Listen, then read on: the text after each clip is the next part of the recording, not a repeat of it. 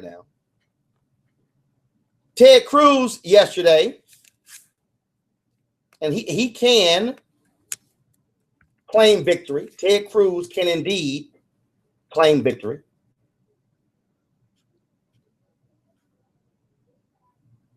Because, look, Trump wins Alabama, Arkansas, Georgia, Massachusetts, Tennessee, Vermont, Virginia. Those are the states that he won, where he did well. Ted Cruz wins Texas, Oklahoma. He wins 4 states. So that's one of the things that he does. Rubio just won a state. Now you go over to Democratic side. Hillary crushing. She won Alabama, Arkansas, Georgia, Massachusetts, Tennessee, Texas, Virginia. Crushing.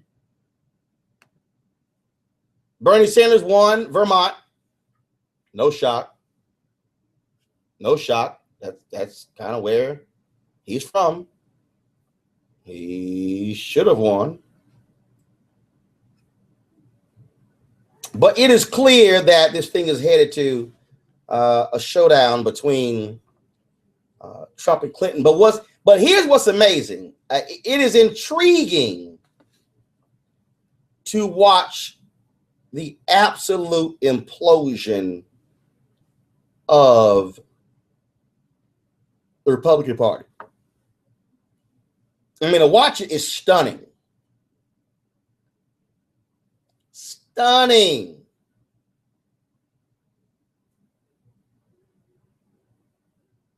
It is stunning to watch it. To literally watch as Republicans are running around like, what in the hell do we do? But I told y'all on ABC this week, and all these folks were trying to laugh at me. They were trying to dog me out. I was wrong.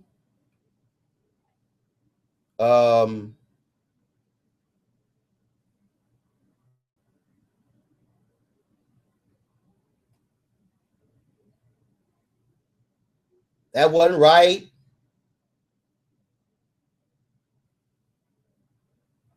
What do we do? Oh my goodness. Roland's wrong. What did I say? Evil. The Republicans invited evil into their party. The Republican Party is now consumed by that evil. And they have no idea how to handle the evil of Donald Trump. He insults Latinos. He insults Muslims. He insults women.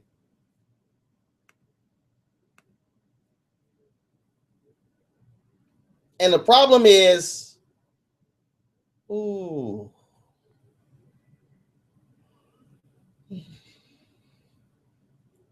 do we do? Y'all, you watch television and they're like going nuts because they absolutely have no idea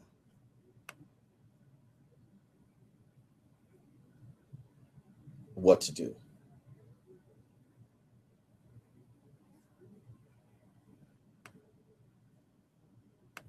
They have no idea how to respond to evil. You know why? Because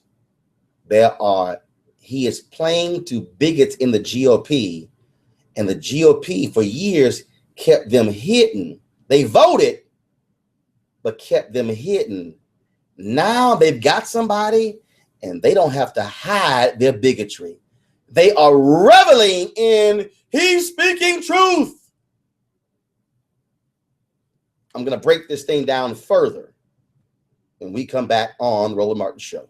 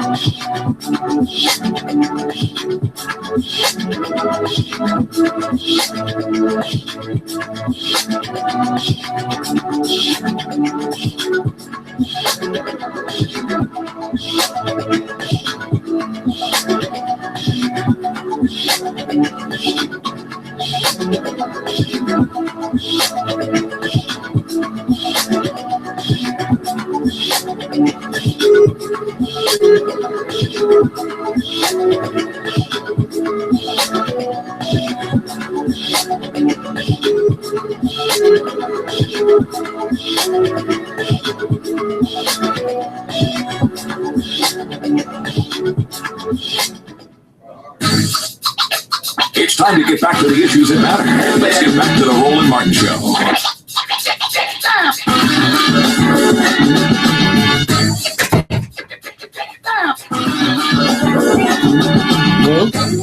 You paranoid. I was talking to the guy there.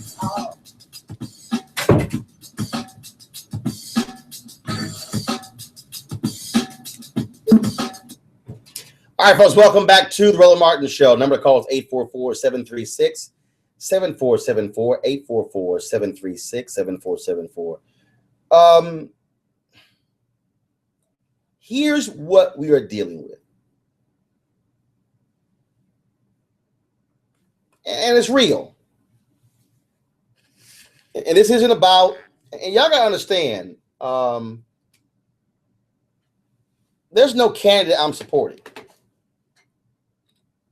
I am looking at this issue, examining this issue, studying what's going on, like anybody else.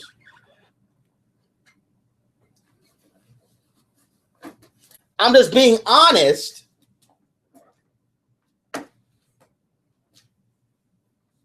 about where we are as a country, and that is, there is no doubt in my mind. No one can say, oh man, I think you're crazy, I think you're wrong. No.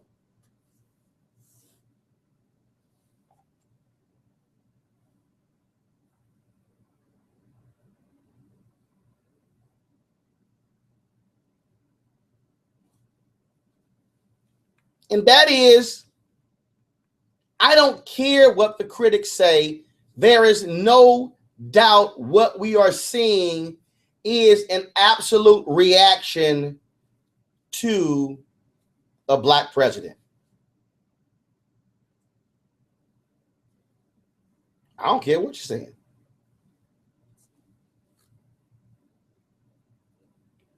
We see exactly what is going on.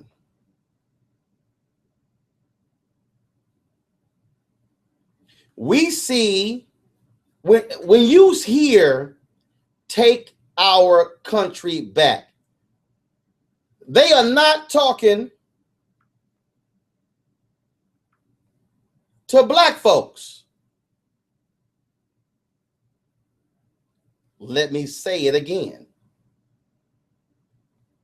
When you hear take our country back, they are not talking to African Americans. What they are saying is,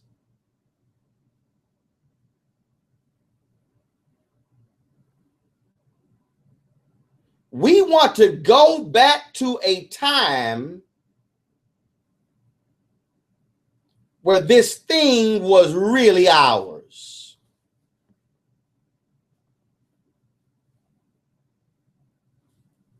When we ran this sucker.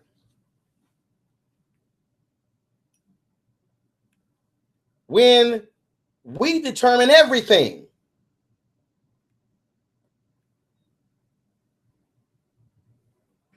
That's what we're looking at. I mean, I'm not fooled by what's going on. When polling results come out that says Texas voters do not care about, they can look past Trump and the KKK. Hello.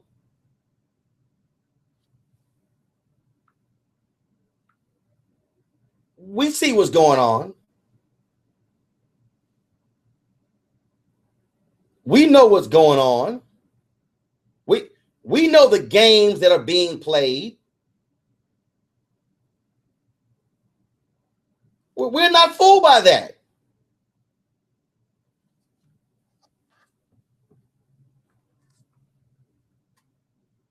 So you have this constant fight. I mean, just look at the rallies of Trump. Did y'all see the video yesterday? That black girl, Kentucky, protester, how folks started pushing and hitting her.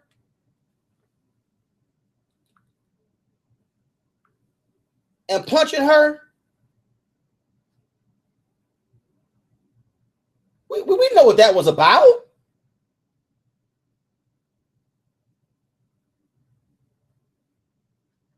She should file assault charges against those individuals.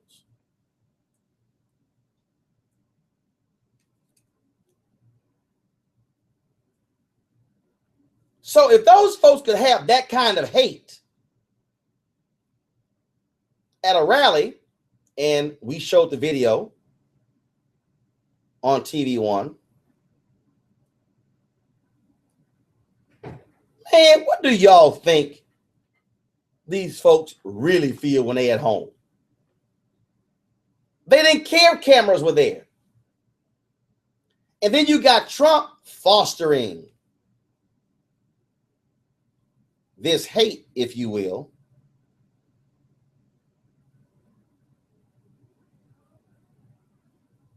and with against the media.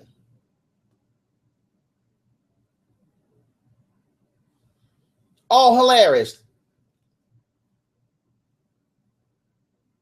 But the problem is this guy wants to be president of the United States, so it's not funny.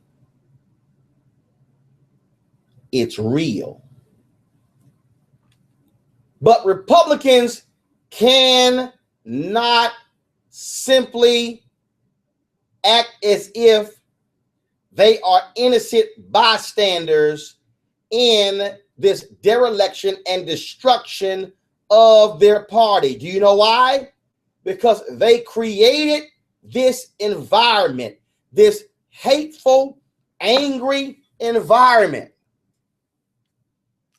All they kept saying is how bad we were and how terrible the economy is and how bad the country is and how weak we are across the world and how nobody respects us and our president, how pathetic that he is. And they trashed him and they questioned his legitimacy as a president, whether he was born in this country. You saw that so if you foment hate and anger for 7 years, are you shocked hate and anger will show up?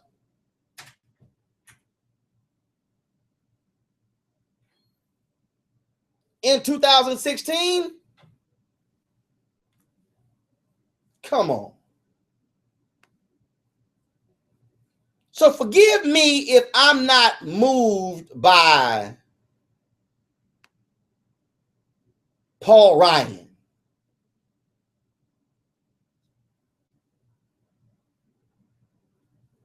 Condemning the comments of Trump. But y'all notice Paul Ryan never even mentioned Trump's name. Now, correct me if I'm wrong. Please, by all means, correct me if I'm wrong.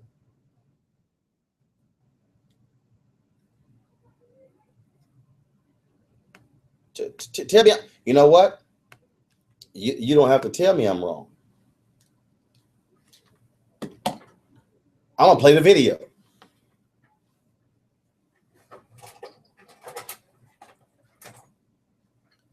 See, everybody is praising the Speaker of the House, Paul Ryan.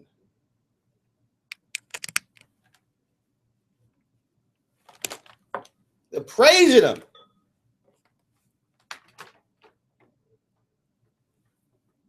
But was his statement really that courageous? This is the party of Lincoln. We believe all people. Was it really that courageous? Did he mention Trump? Or was it a generic statement? As you know, I try to stay out of the day-to-day ups and downs of the primary. But I've also said when I see something that runs counter to who we are as a party and as a country, I will speak up. So today I want to be very clear about something.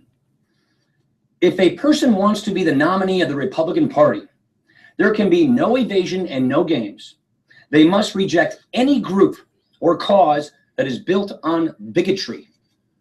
This party does not prey on people's prejudices. We appeal to their highest ideals. This is the party of Lincoln. We believe all people are created equal in the eyes of God and our government. This is fundamental. And if someone wants to be our nominee, they must understand this. I hope this is the last time I need to speak out on this race. It's time we get back to focusing on how. Very specifically, how we are going to get to solving the many problems that American families are facing after 7 years of Barack Obama. For now, I'll just leave it at that. I'm going to deal with that last line when we come back on the Roland Martin Show.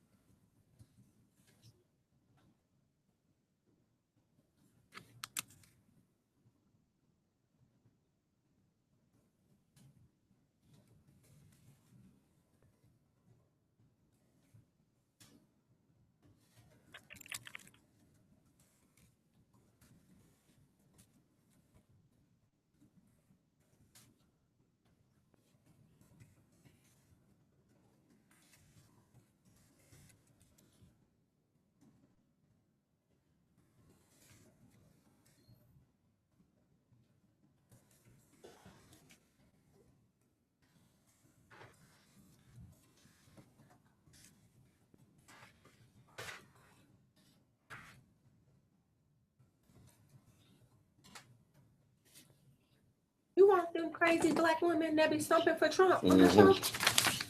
I thought they said you don't do that kind of movies. Them kind of movies, Lord Jesus, that kind of news.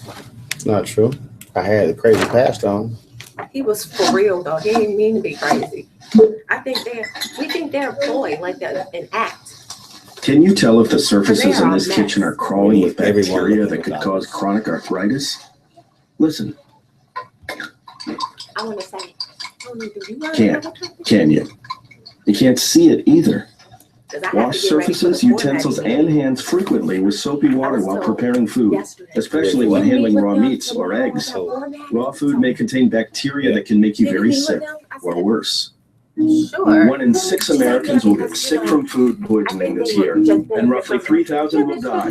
But you can keep your family safer by cleaning with soap and water as you go. Learn more about this and other important information. Check your steps at foodsafety.gov. That's All over. foodsafety.gov.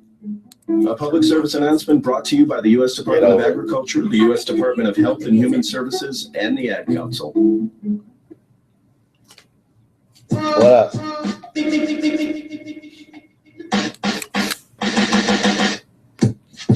So you don't have any ideas for the month?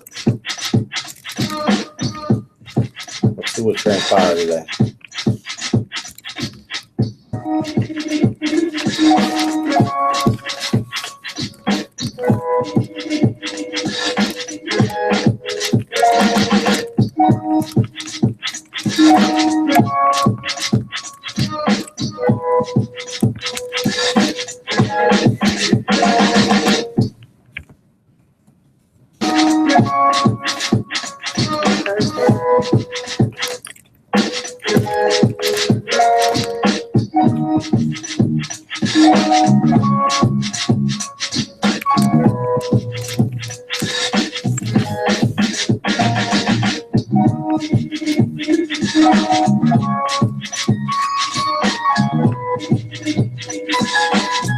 Live streaming on 5 platforms. YouTube.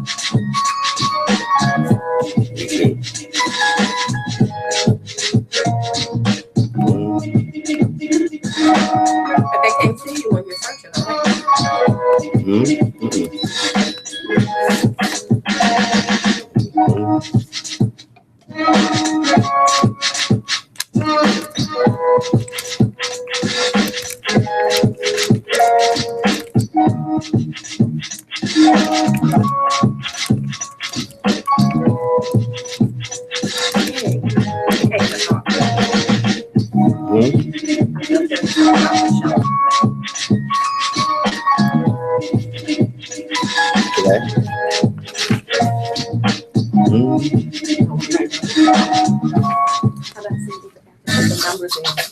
It's time to get back to the issues that matter. Let's get back to the Roland Martin Show. The number who?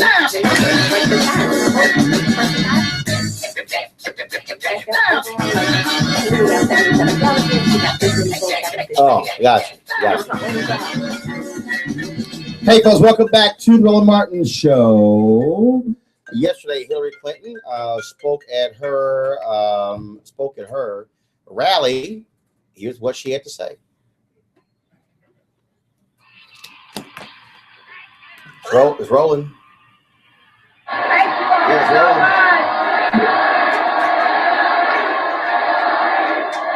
Thank you. Thank you all so much. What a super Tuesday.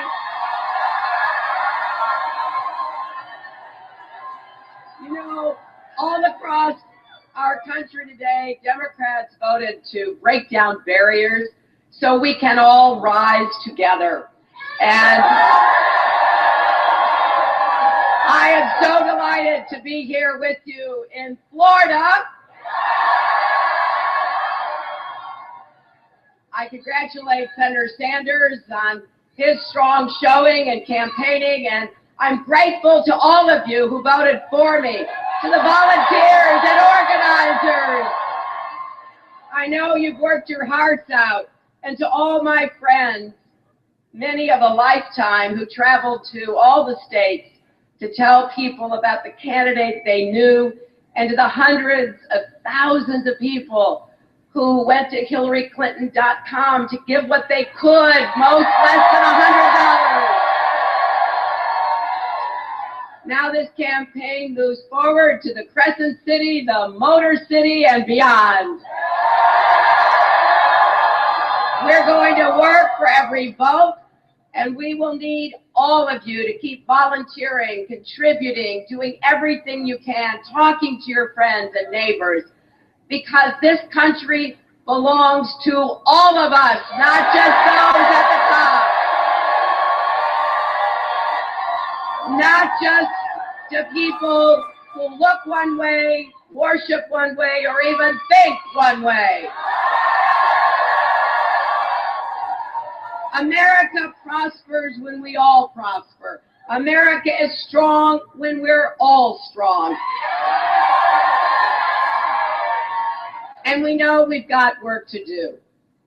But that work is not to make America great again. America never stopped being great.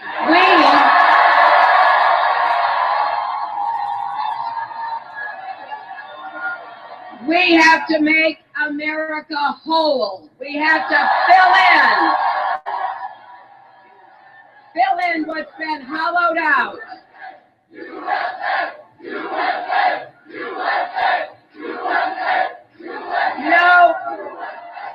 We have to make strong the broken places, restitch the bonds of trust and respect across our country. Now, it might be unusual, as I've said before, for a presidential candidate to say this, but I'm going to keep saying it. I believe what we need in America today is more love and kindness.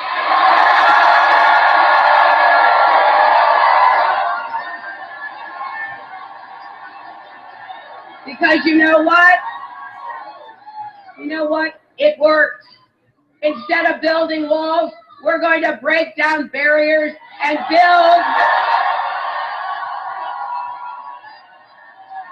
build ladders of opportunity and empowerment so every American can live up to his or her potential, because then and only then can America live up to its full potential too. Now, it's clear tonight that the stakes in this election have never been higher. And the rhetoric we're hearing on the other side has never been lower.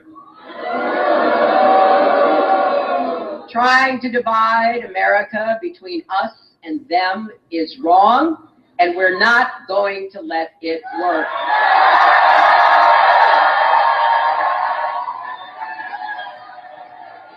You know, whether we like it or not, we're all in this together, my friends. And we all have to do our part. But unfortunately, too many of those with the most wealth and the most power in this country today seem to have forgotten that basic truth about America. You know, yesterday I was at the Old South Meeting House in Boston, where nearly 2.5 centuries ago, American patriots organized the original Tea Party. And I had to wonder what they would make of corporations that seem to have absolutely no loyalty to the country that gave them so much. What would they say about student loan companies that overcharge young people struggling to get out of debt? Even young men and women serving our country in the military, or corporations that shift their headquarters overseas to avoid paying their fair share of taxes. Like Johnson Controls, an auto parts company from Wisconsin that all of us, we taxpayers, helped to bail out with the auto rescue back in 2008. Now they're turning their back on America. Now, I'm not interested in condemning whole categories of people or businesses. I'm just interested in making things right. So let there be no doubt. If you cheat your employees, exploit consumers, pollute our environment, or rip off the taxpayers, we're going to hold you accountable.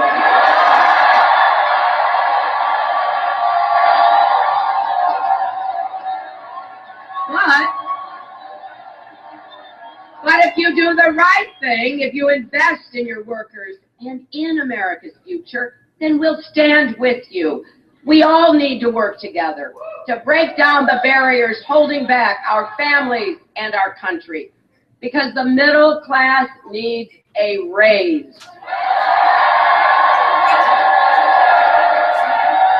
Add more good jobs, jobs that pay enough for a family to live on.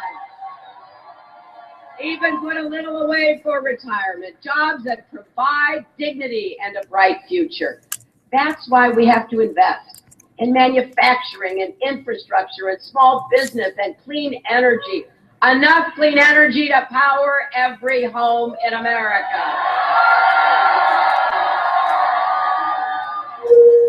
I want y'all to notice something here. I want you to notice how Hillary Clinton is recalibrating her message. If you notice how she is offering a more positive, hopeful message than what you're hearing from Donald Trump, who is all about America sucks, America's this, America's bad, America's horrible, we're going to hell, and he's the only one who can save them. Trust me, there's a reason why. You gotta pay attention to these things. What do you make of the craziness happening in this campaign? To the phone lines, Rodman in North Carolina. Rodman, you're on the Roland Martin Show. What's your comment? Good morning, Roland. You said something very important. Take our country back.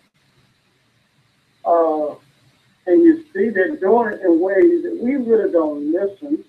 We really don't hear those buzz clues. And I think they're throwing them out every day. We have progressed, but as you said, we are going back. And that's what they want us to do. So it's back where it was once before. I'm going to give you something on Wells Fargo. They came out of the east and went west years ago, Wells Fargo. Now they're coming back, catching everything back in their way. They're owning everything. Give me some comments, but I think you're right on task. And I think we need to listen to you.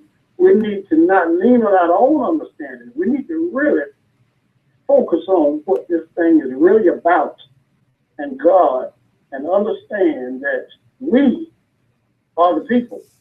We need to stand up. We need to vote. We need to get out. I see every day things that are going on. They are trying to take us back. I appreciate it. All right. I certainly appreciate it, man. Thank you so very much for your phone call. Let's go to Dallas, Texas. Daryl in Dallas. You're on the Roland Martin Show. Good morning, Roland. Yes, excuse me, you hit the nail right on the head about taking our country back. And, I've expressed so many times that, what they call the good old days weren't so good for some of us. But here's the thing. To call Trump a racist or whatever, it's insane because it's what he's appealing to. But hold stop right there. Hold on right there. See, this is the thing that I don't do. Because, and I've always said this, the mistake we make in America is when we say racist, and then they go, I'm not a racist. And so the discussion becomes racist versus not a racist. When the fact is, I don't call Trump a racist. I do say Trump is making racial appeals. He is pushing racial buttons. He knows exactly what he's doing. And that's why I don't get caught. Because if you get caught in the racist, not racist game, then you open the door to say, oh no, but I've done this and this and this and this. That's always the mistake. To clarify, it wasn't you that I was saying. Understand. Racist. Yeah.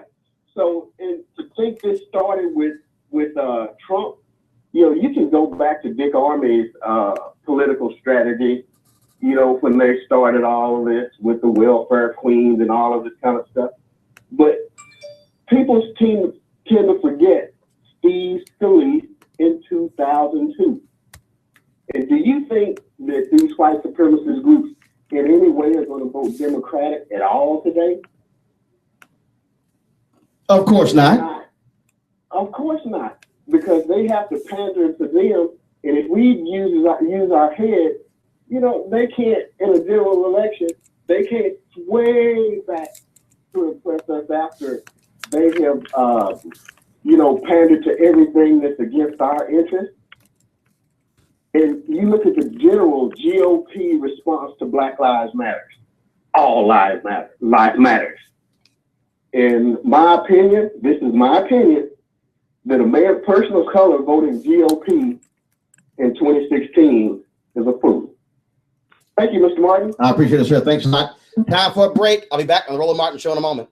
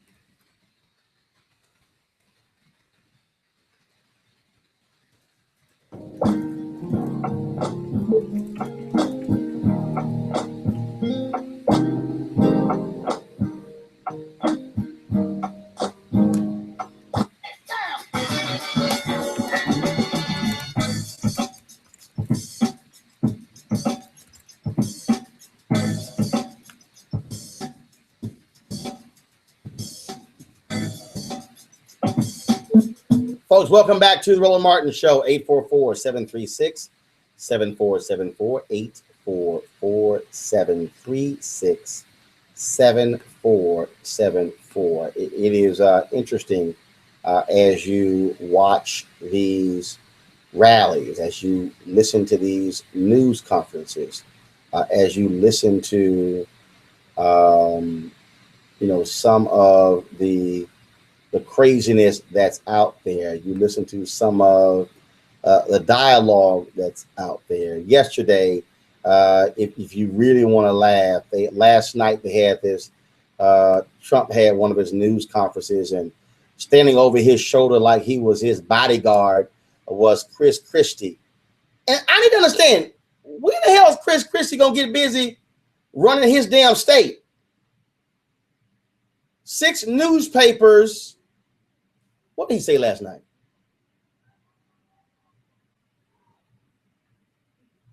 6 newspapers in New Jersey have called on Christie to resign, saying, get back to your job or quit. I'm just trying to understand, yo, man, you got that much time? Should you not be running your state? Here's some of the Trump craziness last night. So I congratulate Ted Cruz on that win. That was an excellent win. We're going to make America great again, folks. We're going to make it great again. And, you know, I watched Hillary's speech, and she's talking about wages have been poor and everything's doing badly, but we're going to make it. She's been there for so long. I mean, if she hasn't straightened it out by now, she's not going to straighten it out in the next 4 years. It's just going to become worse and worse. She wants to make America whole again, and I'm trying to figure out what is that all about. Make America great again is going to be much better than making America whole again. So I just want to say that this was an exciting evening. It's so great to be in Florida. It's so great to be at Mar-a-Lago with friends and the press and the media and everybody.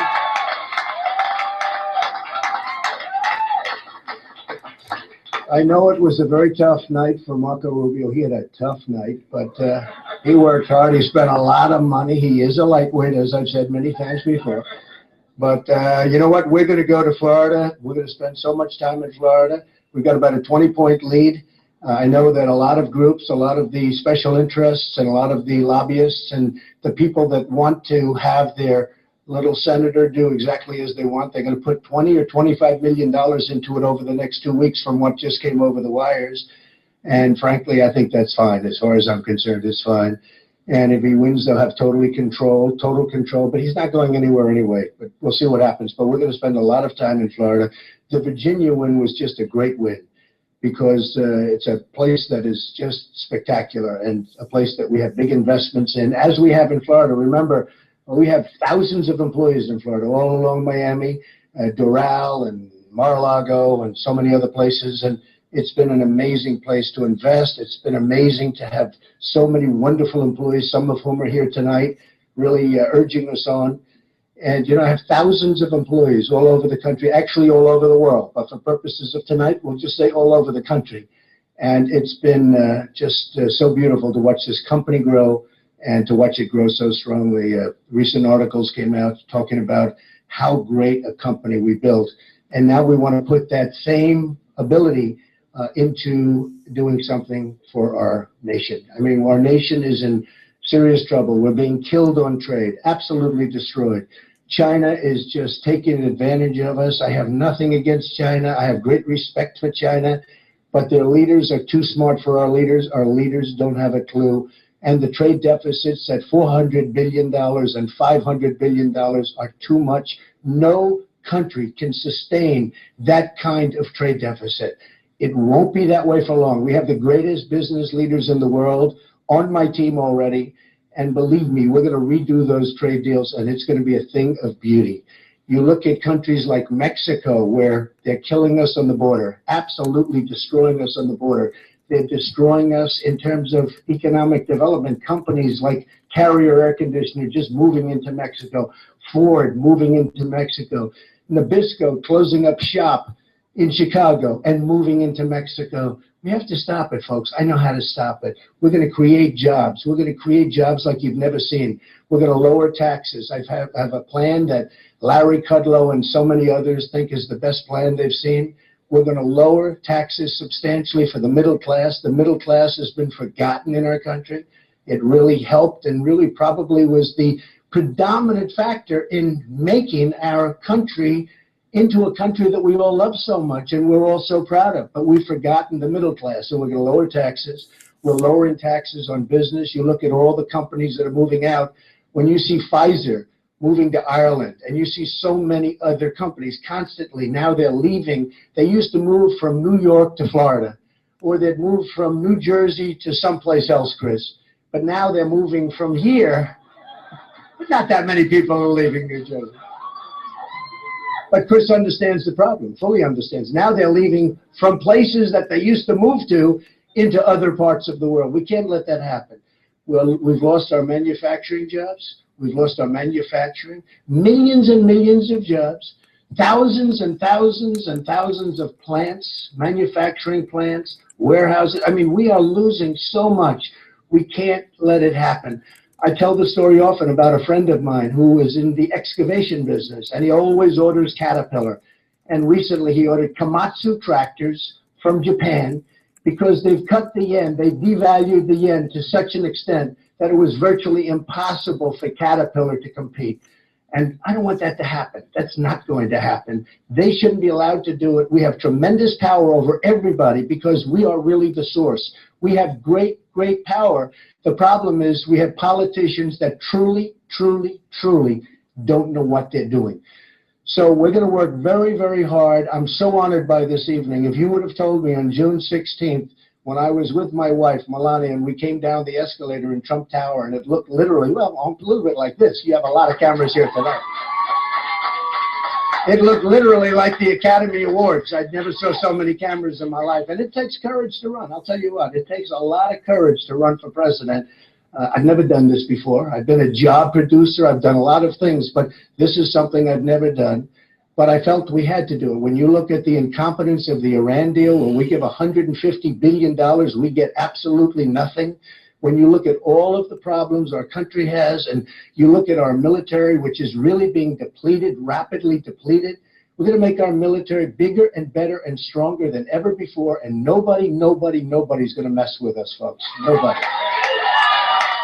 Who is messing with us now? So it's just an amazing honor to have you with me tonight. And if you want press, I think we told you before it would be okay if you want to ask a few questions. Yes, go ahead. Yeah. Right. Not just the country, but your party. There's been a lot of pressure recently, either support or reject you within the Republican Party specifically. Some strongly worded statements coming out in recent days, including one from a senator from Nebraska, Ben Sasse, who said, if Donald Trump ends up as the Republican nominee, conservatives will need to find a third party option. Well, they can always do that, and then they'll just lose everything, and that would be the work of a loser. But let me just explain something. If you've seen what's happened, whether you go to South Carolina, where I had a huge victory, where we had a tremendous victory in New Hampshire, tremendous in Nevada, you look at what's happened, and tonight, of course, is the best of all. I mean, right now they're projected, I guess, 6, but it could be 7, 8, 9, and major states. It's Georgia, Alabama, Massachusetts, Tennessee, Virginia. And, you know, these are amazing states, and we're going to probably get a lot more. In fact, we're projected to have some pretty good additional numbers. But I will say this, look, we have expanded the Republican Party. When you look at what's happened in South Carolina and you see the kind of numbers that we got in terms of extra people coming in, they came from the Democratic Party or the Democrat Party, and they're Democrats and they're longtime Democrats, and they were never going to switch, and they all switched. Just wanted y'all to hear a little of the nonsense. Take your phone calls when we come back on the Roland Martin Show.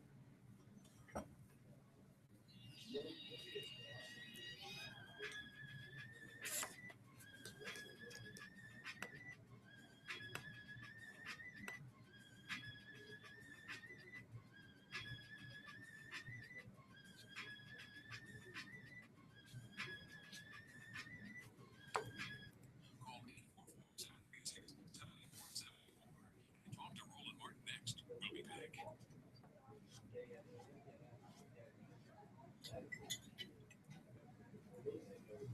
Can you tell if the surfaces in this kitchen are crawling with bacteria that could cause chronic arthritis? Listen. Can you? You can't see it either. Wash surfaces, utensils, and hands frequently with soapy water while preparing food, especially when handling raw meats or eggs. Raw food may contain bacteria that can make you very sick, or worse. 1 in 6 Americans will get sick from food poisoning this year, and roughly 3,000 will die. But you can keep your family safer by cleaning with soap and water as you go. Learn more about this and other important information. Check your steps at foodsafety.gov. That's foodbanksafety.gov. A public service announcement brought to you by the U.S. Department of Agriculture, the U.S. Department of Health and Human Services, and the Ad Council.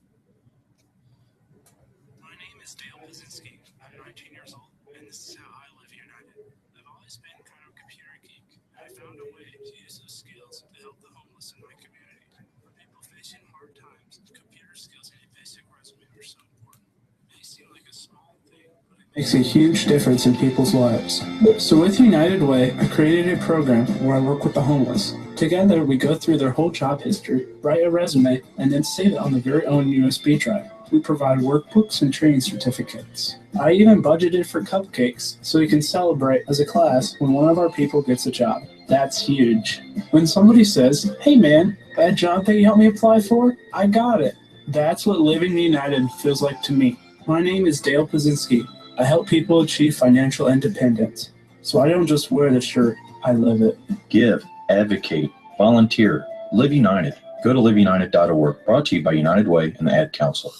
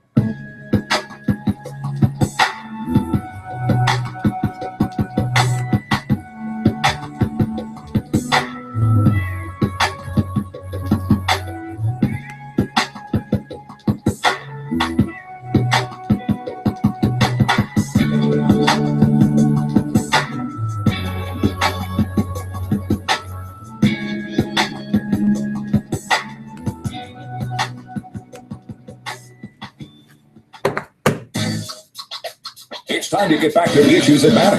Let's get back to the Roland Martin Show.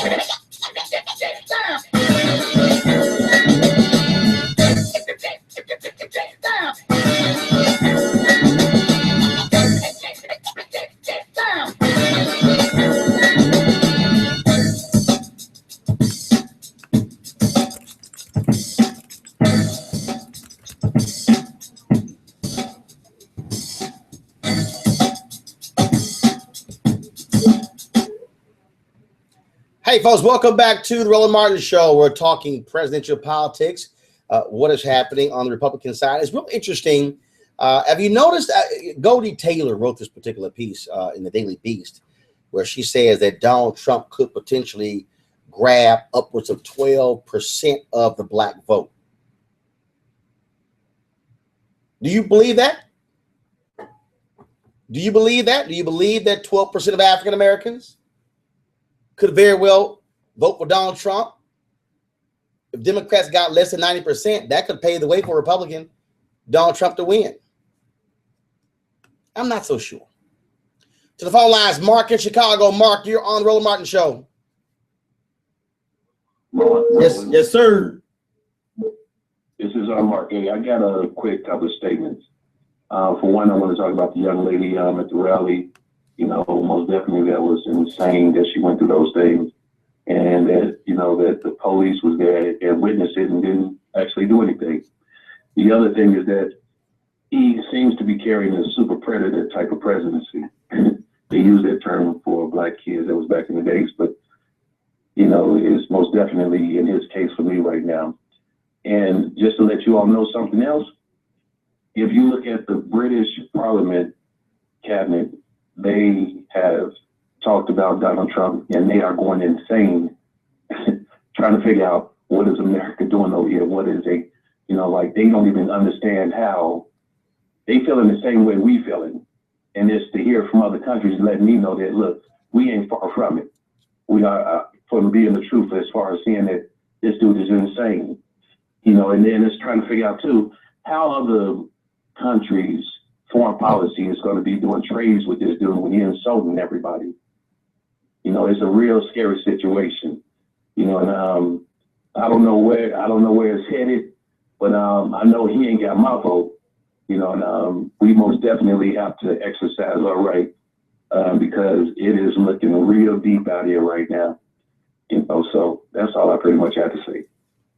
All right, sir. I appreciate it, man. Thank you so very much for calling. John, Washington, D.C. John, you're on Roland Martin Show. How you doing? Doing great. Good. I just had a comment as far as Donald Trump, as well as Hillary Clinton.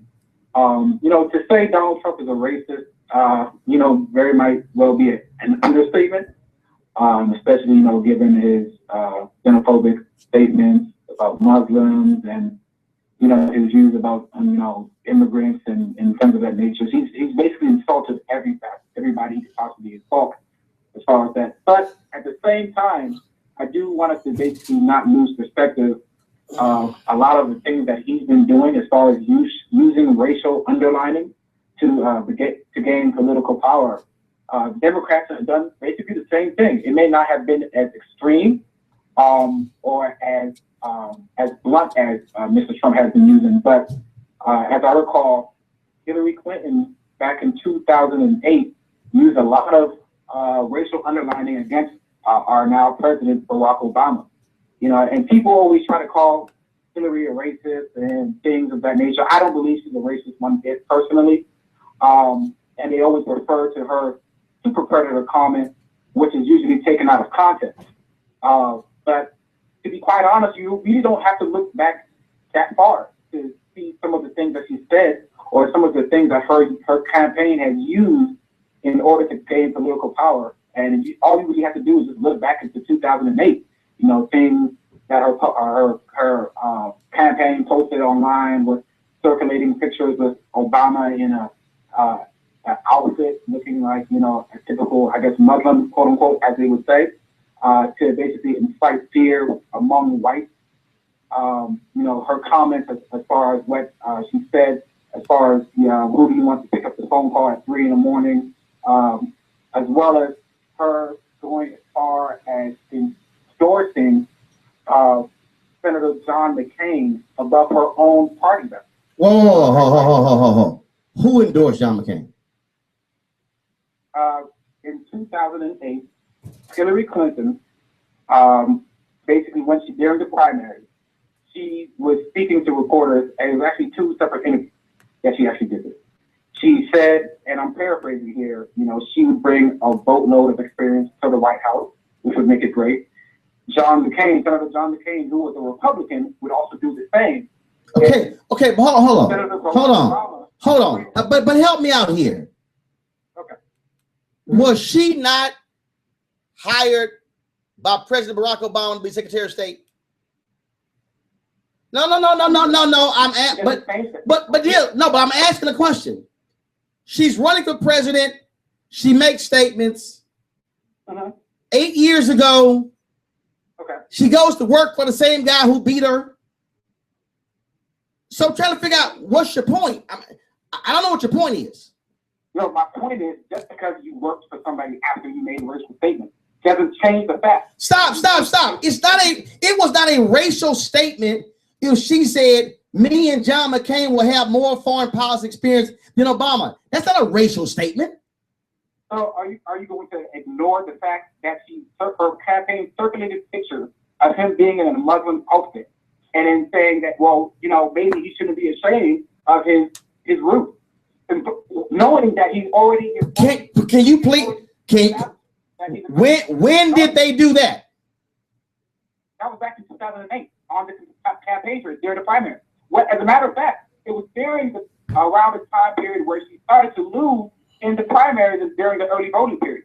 That's when she started putting out those pictures. That's when she started implying, basically that same racial underlining that Donald Trump is doing today. Okay. Okay. No. Again though. Hold up. Again though. What is your point?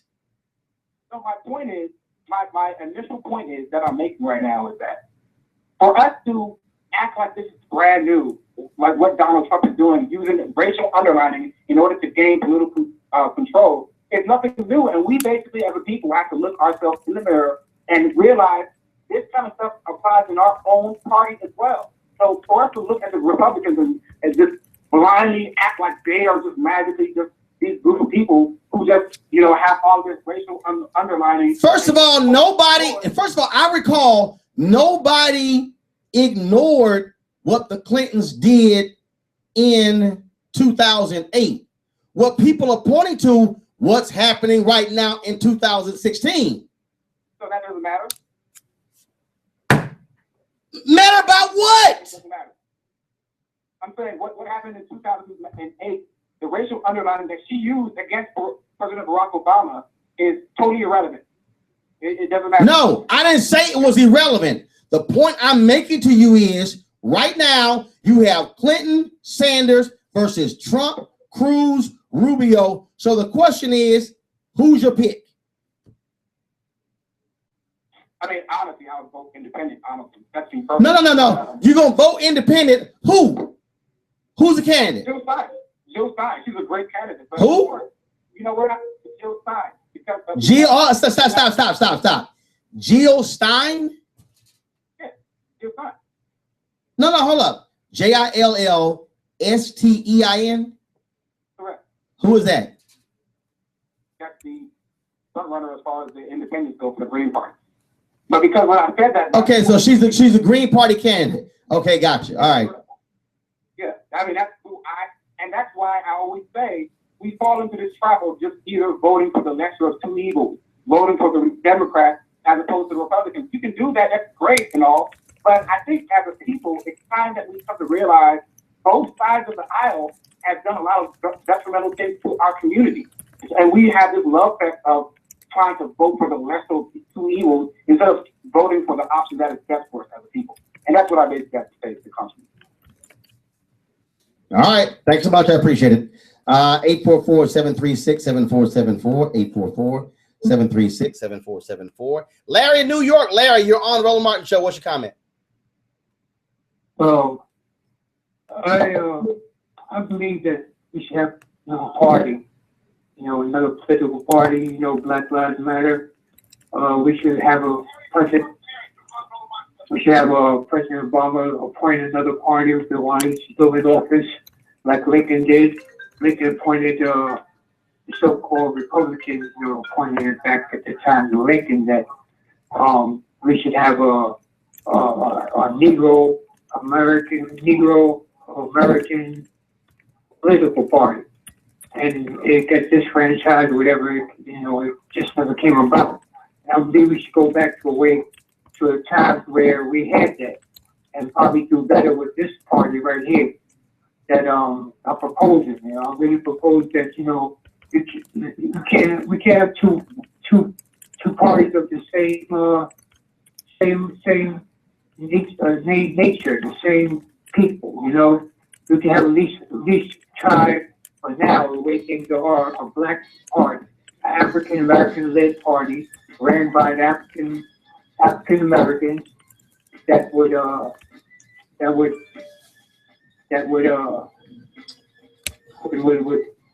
be for all people. All right, Doc. I gotta go to a break. Muslims, everybody. I appreciate it, Larry. I gotta go to a break.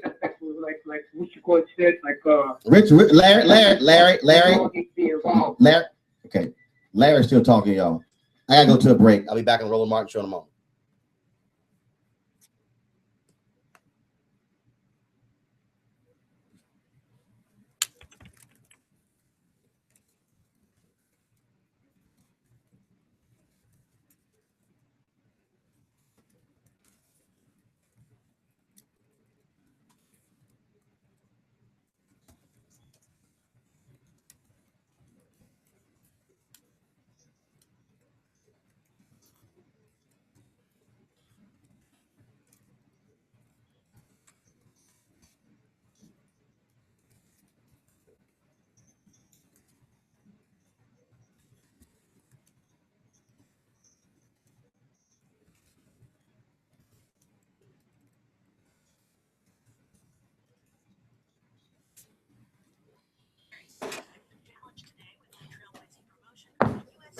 officer to 4-star general. It was just announced that the vast majority of last year's doctorate degrees were earned by women. We've come so far, but our news is changing for the worse. More women die from heart disease and stroke than men, even though it can be prevented. Make a change at goredforwomen.org today. Brought to you by the Ad Council and the American Heart Association's Go Red for Women.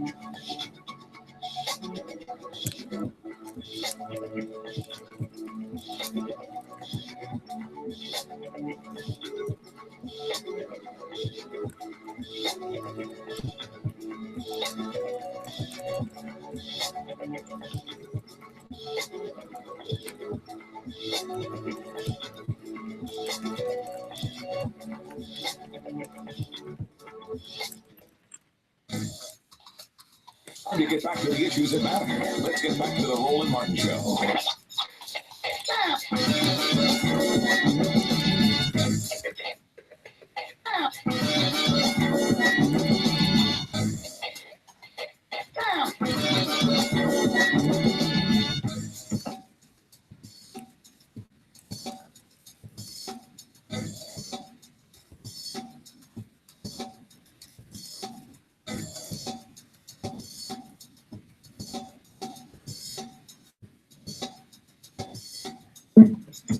Hey, folks, welcome back to the Roland Martin Show. Larry there hung up. I want to go to Atlanta, where Alan is on the phone. Alan, you're on the Roland Martin Show. How you doing? First of all, thank you. I'm a huge fan of the show. Also, seeing your work on CNN and now on TV One, and I appreciate all the work you put in to kind of educate folks on the importance of what it is that's going on.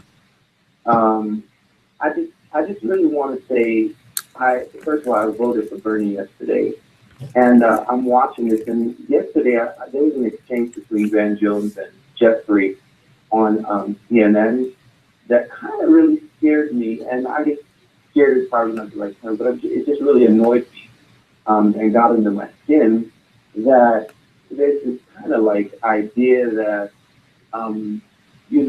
that the racism that's going on in America, is okay. I find it really strange that he could be on television, not supporting, but defending Trump for his actions. And then at the same time, you're looking at this, and it's okay, it's on television. And something that struck me that I'd like you to probably talk about if you know anything about it. After the exchange with Van Jones, if you saw it, then he was gone. Van Jones was gone, and the guy was still there. And I'm like, did he walk away? No. Let me hold on. Let me explain to you what happens, because I was there as well. What happens is when you are on those shows, you are there in shifts, and so you might be You might be in the 8 to 10, the 10 to 11, the 10 to 12 shift, the 11 to 1, and that's what happens. And they switch you out. Now, what always happens when I was there, they always switched out the black folks because they always needed a black person to be on. So I'm just trying to tell you, that's what they did. So the black folks got switched out. So it was rare, or they'll switch out a Democrat for a Democrat, a Republican for a Republican.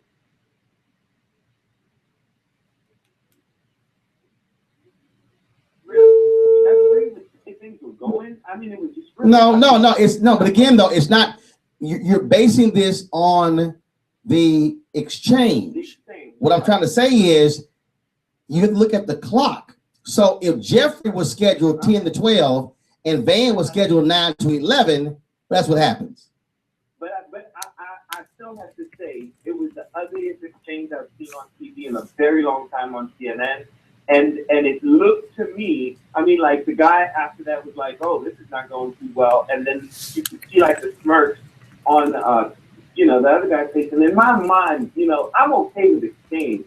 But when you stand up and you defend somebody who just refuses to accept that the KKK is a terrorist organization, and then it's like, to me, it's just so blatant. And it's like, he didn't even hear, I mean, you could see Van Jones was almost about to cry. That's how bad that looked to me. And literally, it just really got into my skin, because I'm looking at this and I'm like, this is how deeply racist the other side is, and yet it's like, it's okay. And that really, I just don't understand. And I'm just at a loss of words. I'm just like, this point ain't got to me. Well, first of all, do understand this, and that is CNN, first of all, love debate. Oh, they've been replaying it. In fact, they had Van and Jeffrey back an hour ago for another debate that ended up the same way. So don't think, do understand, in television, that's great. That's great. That's wonderful. So the bottom line is, that's just how these folks work. I'm just telling you, that's just how they work, what they file for. So yeah, that's the real deal. So no, they loved it. They loved it. And then you're looking and you got little kids, right? Little kids who are watching this, and they're emulating this stuff. When they get to school, they're following this. They're going to school. They're starting to call out the kids niggas, because it's becoming normalized on television. It becomes what is the normal narrative for these kids every day now. And then we wonder why the racist issues cannot stop, because you're supporting it in your ideology. This is why I get that there is a divide, but when there isn't an effort, not even an effort to try to change it on the other side. And I'm not saying the Democrats are like perfect. I'm just saying that it's gotten to the point where it's so ugly that like I said, little kids are following this stuff. You cannot deny that stuff. But anyway, I'm not going to take more of your time. I just hope at some point we're going to have somebody who's going to come along and say, enough is enough, just turn it around. And I'm not for Hillary. I just want to say that she's obviously not on our side. That's just my point. All right. I appreciate it, man. Thank you so very much. Be sure to call again. 844. Thank you. 844-736-7474. 844-736-7474. Again, 844-736-7474. I only got 5 more minutes on this topic. So if y'all want to comment on Super Tuesday, on Hillary, on Bernie, on any of these people, give me a call right now, 844-736-7474. And I will take your phone call, because I'm going to switch to a different topic at the bottom of the hour. So 844-736-7474. See, y'all, the thing is,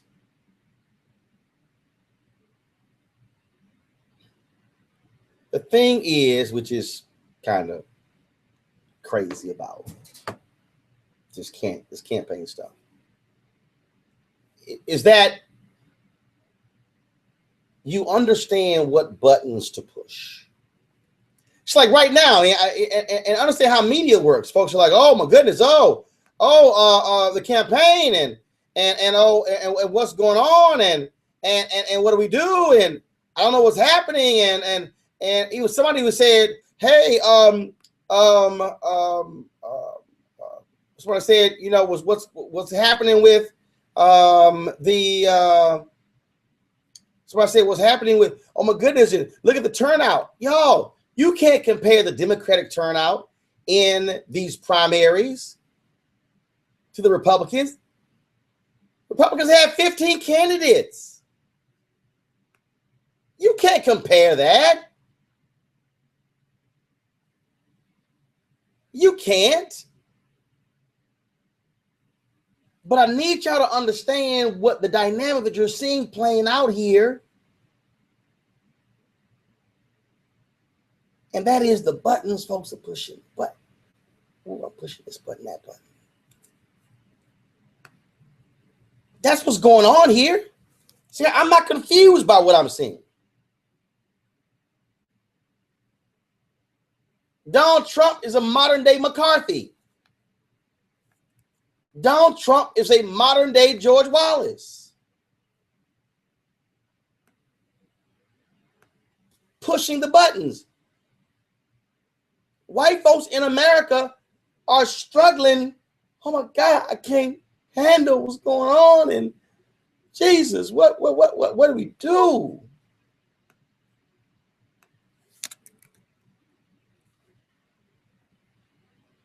Yo, the New York Times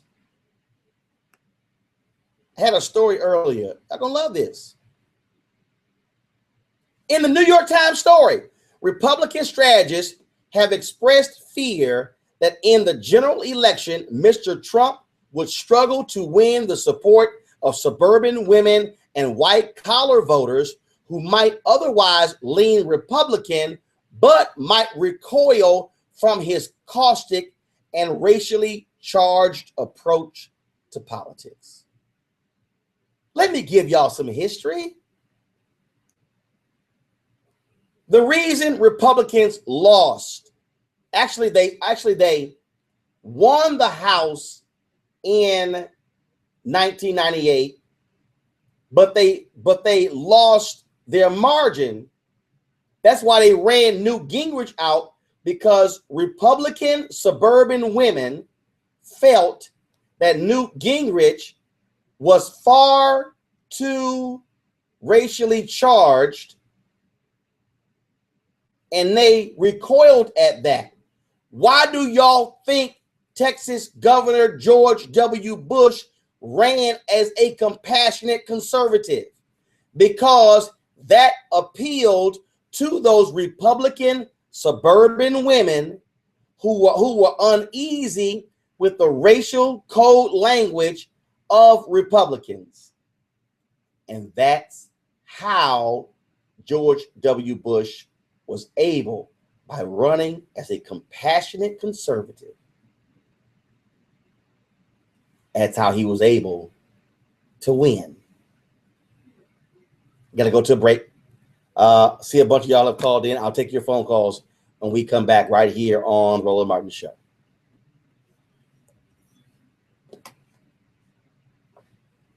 Facebook.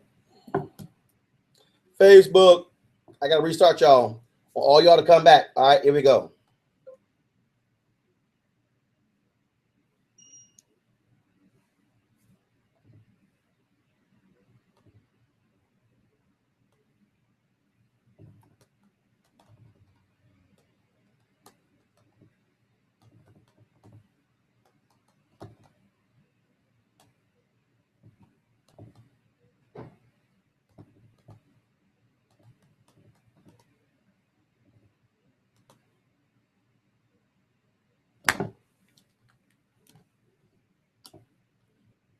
helps you make the hard decisions. Without love, you can't know nurturing, and without nurturing, you can't grow. And you always loved, and I was part of the family, so that was what's important to me. Yes. For more information, visit highchooseadoption.org. Will say this, and Mariah, this is the honest one I'm gonna give you, which is that yes, you was with your husband when he was getting his plugs and shit, and yes, he did have an allergic reaction to the shit, and I really felt bad for him. I really wish they wouldn't have went in the bedroom and showed him on this last one, because it just was not cute. What are you talking about? Coming in there trying to pick and cry. We're gonna move forward. We're gonna get to that. So Quad walked down. Now in the midst of this, Mariah brings her motherfucking ass in there with whoever. I believe Lucy was there. Yeah, that was blab. I don't know what she was blabbing about.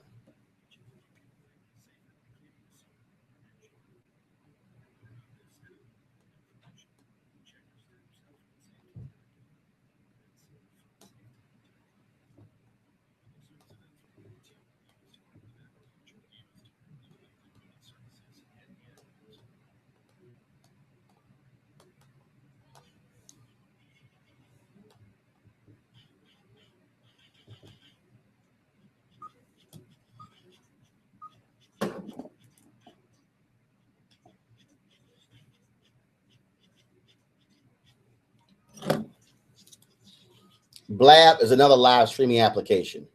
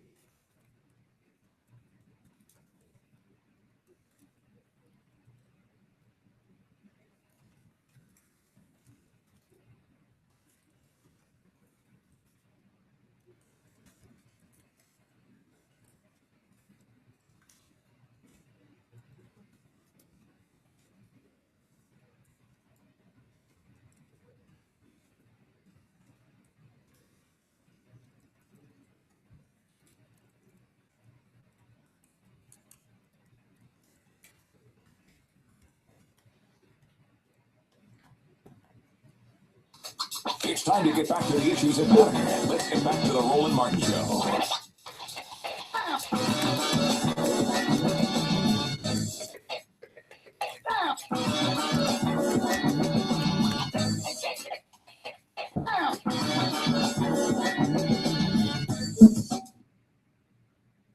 Welcome back to the Roland Martin Show. We have seen the power of race in this campaign, and I need y'all to understand really what is at play here. I have heard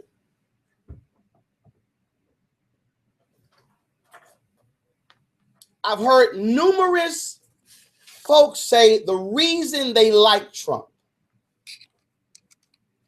is because he's saying things that I've always wanted to say.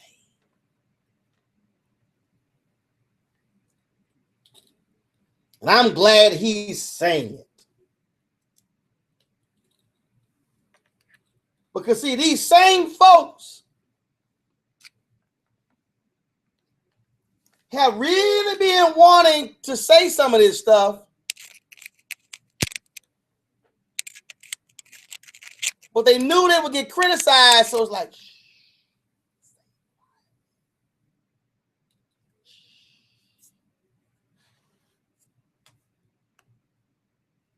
They've been saying it.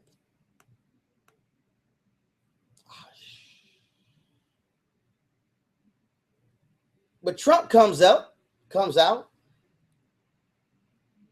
He starts talking, and they like, yes. We've been wanting to say that. We've been wanting to blast these Latinos. We've been wanting to trash these Muslims. Yes. Oh, and he danced around the Klan. Yes. I'm telling y'all what's going on. I heard debate, but let me tell you how foul this thing is.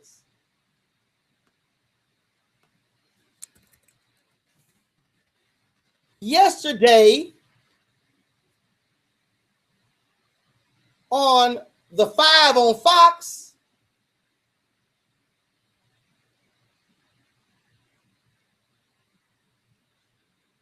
Greg Gutfield said, well, wait a minute. You know, we always criticize Obama around here when he criticized Fox News. Why aren't we criticizing Trump? Quiet. Silence. Nothing.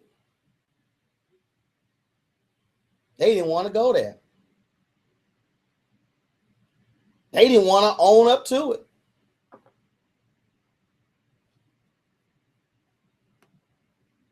They didn't want to confront it. Y'all just being honest. I'm just being honest.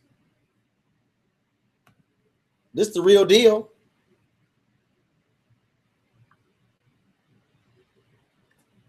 What I'm telling y'all, what you have here, you have, and I'm telling y'all, I told John Avlon this in 2009. I said, John, white fear is about to be dominant in America. He said, what do you mean? I said, John, we are about to see white Americans lose their minds. Y'all, in 2009, when Obama was being inaugurated, a study came out. And its question was, are you optimistic about the future of America for your children? Every racial group, African American, Asian American, Latino, Hispanic, they all said, yes, we are optimistic about America for our children. There was only one group that said no. White Americans. Just one. Just one.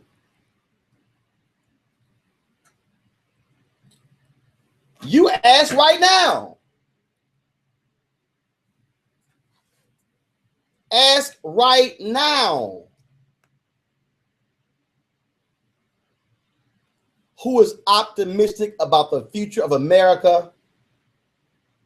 Oh my God, we're going to hell in a handbasket.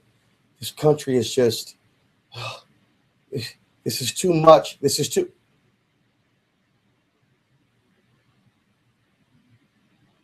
Study came out, 38% of whites said racism against whites in America is just as bad as it is against blacks. Did y'all hear what I said? They literally said racism against whites in America is just as bad as it is against blacks.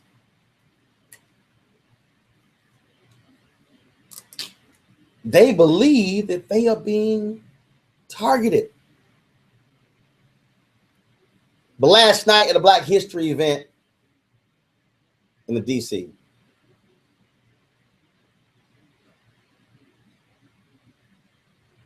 Vice President Joe Biden thanked Donald Trump for his campaign. I want to thank Donald Trump. That's a joke. That's a joke for the press that's here.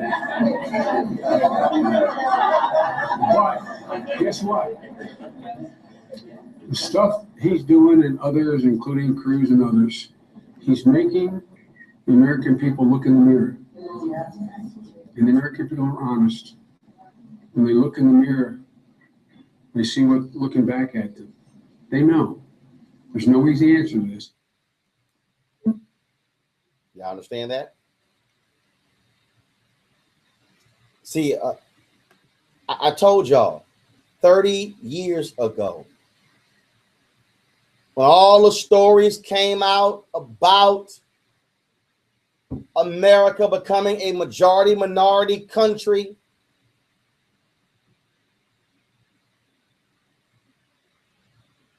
guess what? Folks said, man, that thing is so far off. I ain't worried about that. I said, really? Really? Okay. But then all of a sudden, white Americans stopped having babies. Black Americans kept having babies. Latinos kept having babies. So what was supposed to be 2060, 2065 dropped 2055, 2052, 2050, 2047, 2042. Now it's gotten further. Because we got people in this country who now realizing, whoa.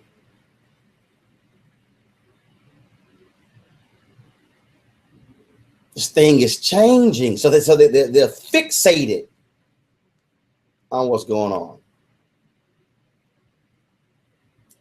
Straight nonsensical. Walter in Philly, you're on the Roland Martin Show. What's your comment? I'm just going, Brother Martin. You know, we was talking yesterday in the barber shop. You know, I was saying that it's like we're dealing with two evils, and in Trump and in Hillary, where as in Trump, he's overtly telling you how he feels towards a group of people, and then you have Hillary, who I would say placating towards a group of people as if she was really for the Black community, but policies have shown in the past how it have hurt. But now, Walter, hold on 1 second. Walter, hold on 1 second. I gotta go to a break. I'll come back on the Roland Martin Show.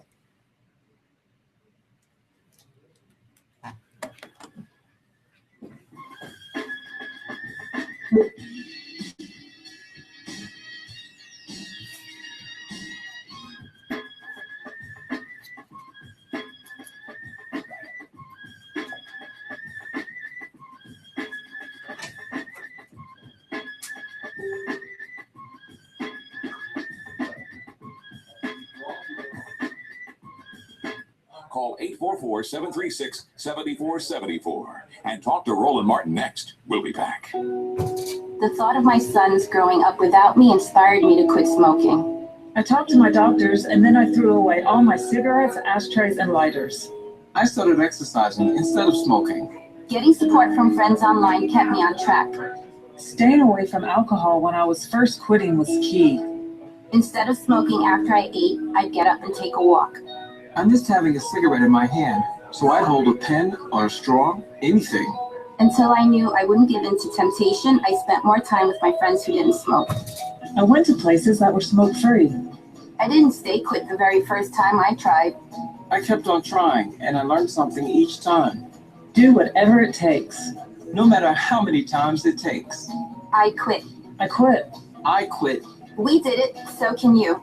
You can quit. For free help, call 1-800-QUIT-NOW. A message from the U.S. Department of Health and Human Services and CDC.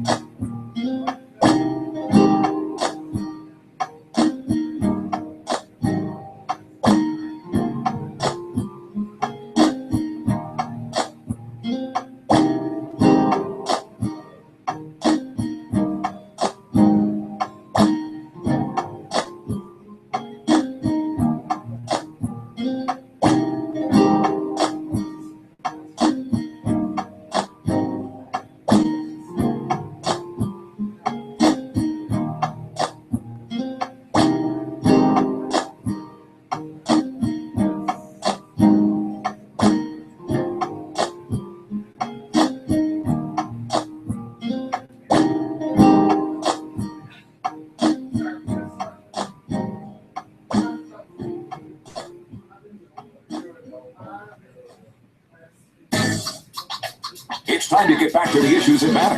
Let's get back to the Roland Martin Show.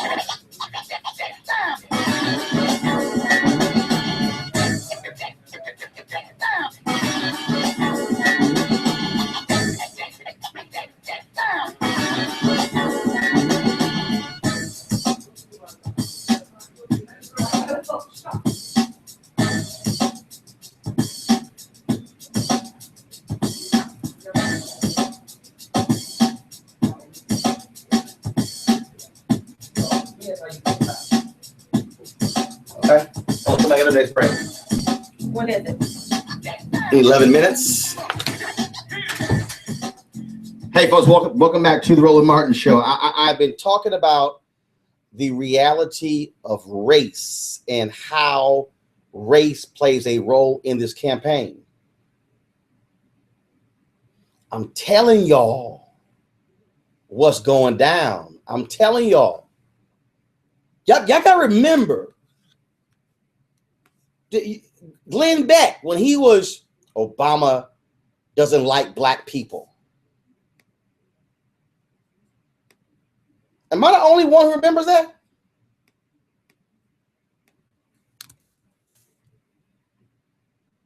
Am I the only one?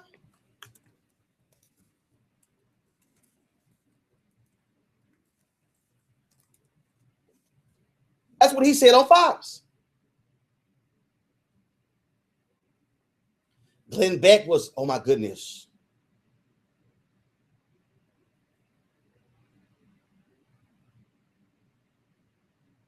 Obama's a racist. Y'all remember this? Do y'all remember this conversation here? I need y'all to understand, for 7 years, what was built up for 7 years.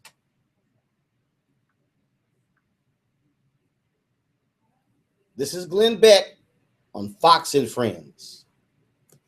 Listen.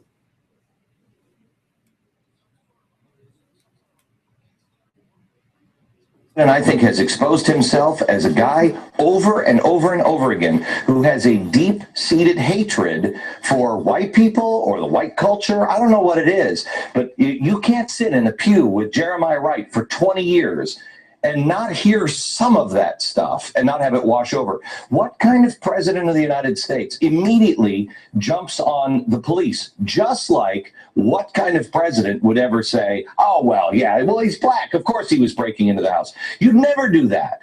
You'd never do that. He wanted to address this. Now that they're going to have a beer, that's obscene. It seems weird to me that he wanted to perpetuate the story. What's even more interesting, though, is that reports are coming out that he actually wanted that question. Yeah, he did. The night. So he thought through potentially the words that he was going to use, which is a different story than just doing it off the cuff.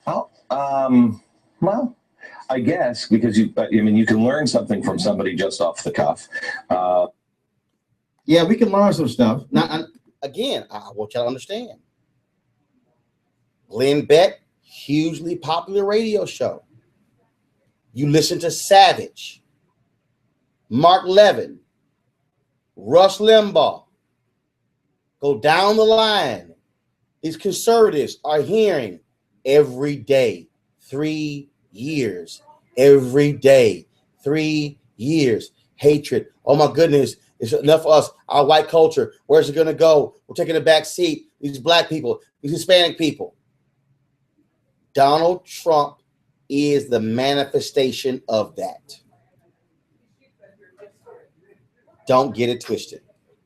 Back to Walter in Philly. Walter, go right ahead with your comments. Yes, I was saying that how we're dealing with, in regards to race, we're dealing with, two evils as Trump, who made it known how he feels towards a group of people, and with Hillary, who was, to me, placating, especially to Black America or, the African-American ears when she's talking about police brutality and all this disparities. So wait a minute. So do you believe that Hillary Clinton doesn't believe any of that? She's just saying it. Well, absolutely. She doesn't. To me, it's placation because of her policies that have hurt her. Such as such as, for instance, the crime bill. Hold on. You do know that was not her policy. You do know she was first lady. You do know that she was not in the United States Senate. Right. Okay. Right. So when you say her policy, here's what I'm trying to understand. Did you have the same feeling about Joe Biden and that crime bill? Absolutely. Hold up. Are you telling me that black people were echoing the same thing about Biden even when Obama picked him as his VP as you're about Hillary and the crime bill? It wasn't a major part. It wasn't? Like a mass majority of the black folks who was echoing that, but there were some who were conscious. Who? Very few. I don't recall a lot of black people bringing up the crime bill. Again, guess what? No, it wasn't a lot of people.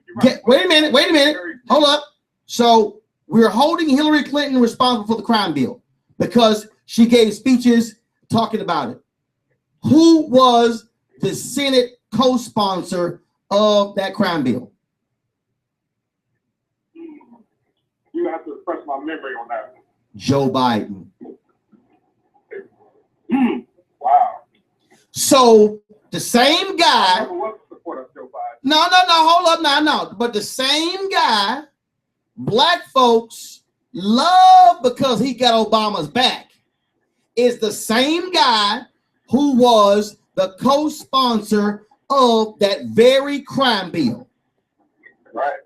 So how can black people love them some Joe Biden, but hate Hillary Clinton when Joe Biden was the one who essentially helped to write the bill? Well, accountability, like I said, it wasn't a mass group of African Americans really speaking out on it because they were so, caught up on, in my opinion, caught up on, Obama, the first vice president. So why? Okay, so why aren't black people? First of all, last night the soundbite I played for you, Joe Biden had a Black Lives Matter, Black History Month reception at the vice president's mansion. Why aren't black people demanding Joe Biden apologize for the crime bill?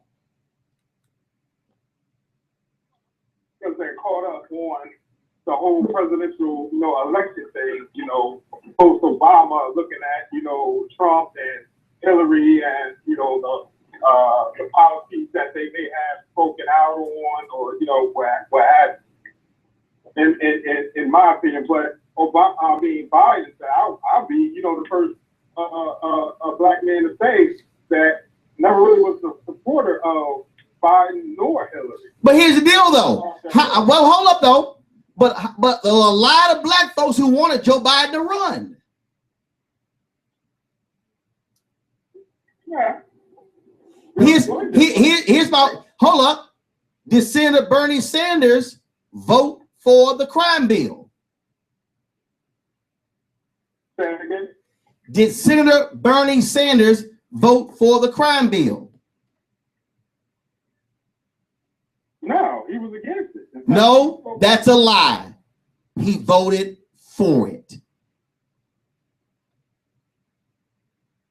So I believe it was 1995. 1994.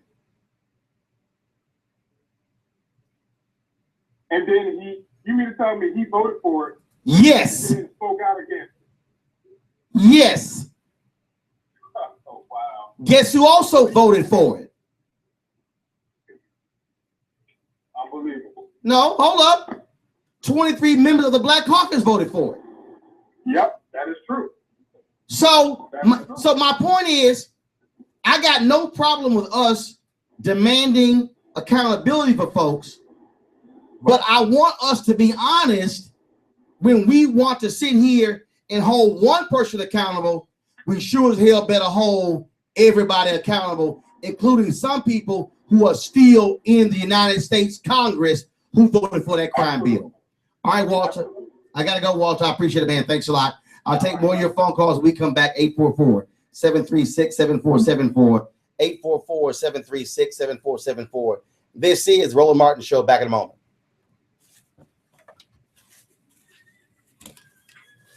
I'm just saying. I'm just saying. I'm just saying.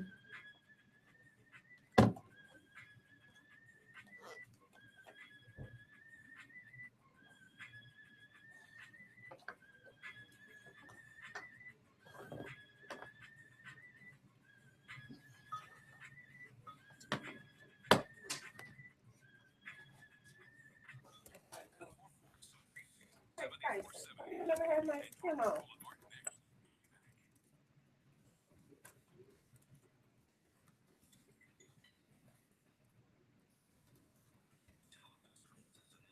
Oh, okay. Said, yeah, so what I'm saying is don't I'm wrong on stuff. Can't prove it. Can you? You can't see it either.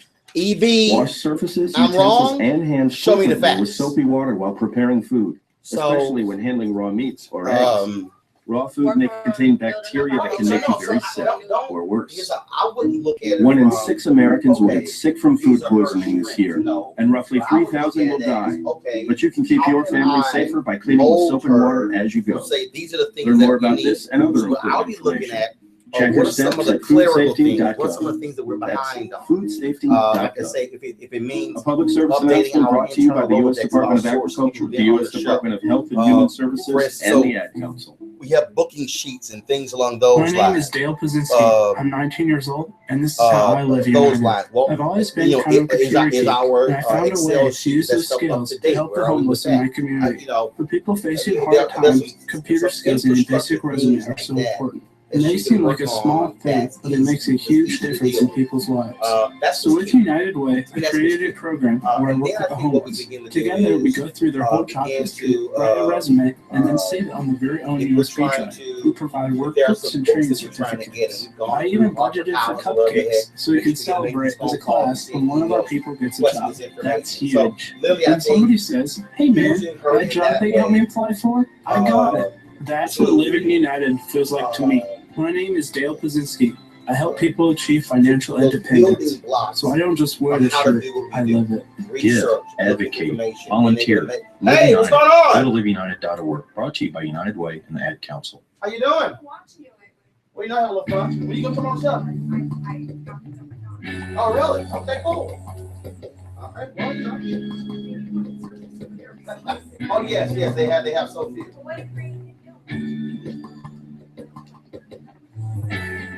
Got it. Oh, got it.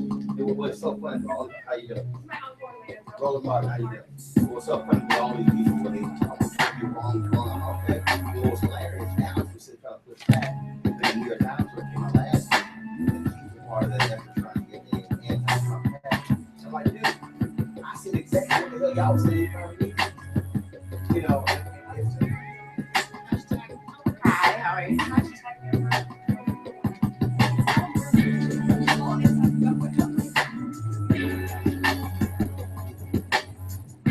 Well, no, personally, not.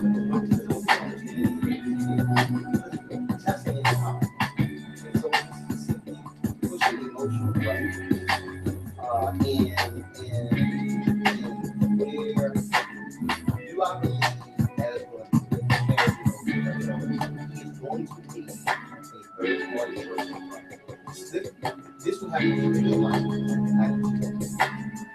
Something really word.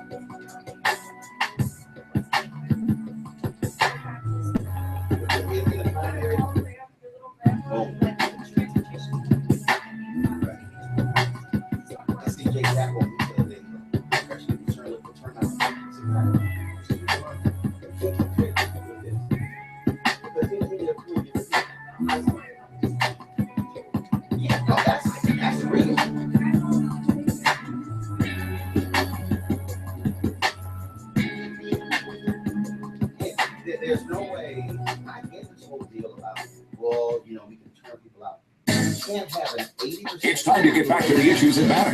Let's get back to the Roland Martin Show. I've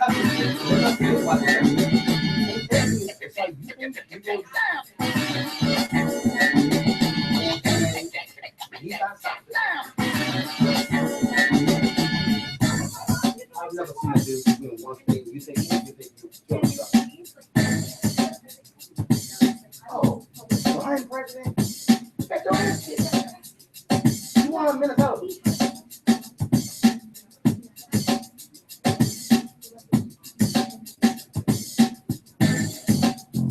Crazy.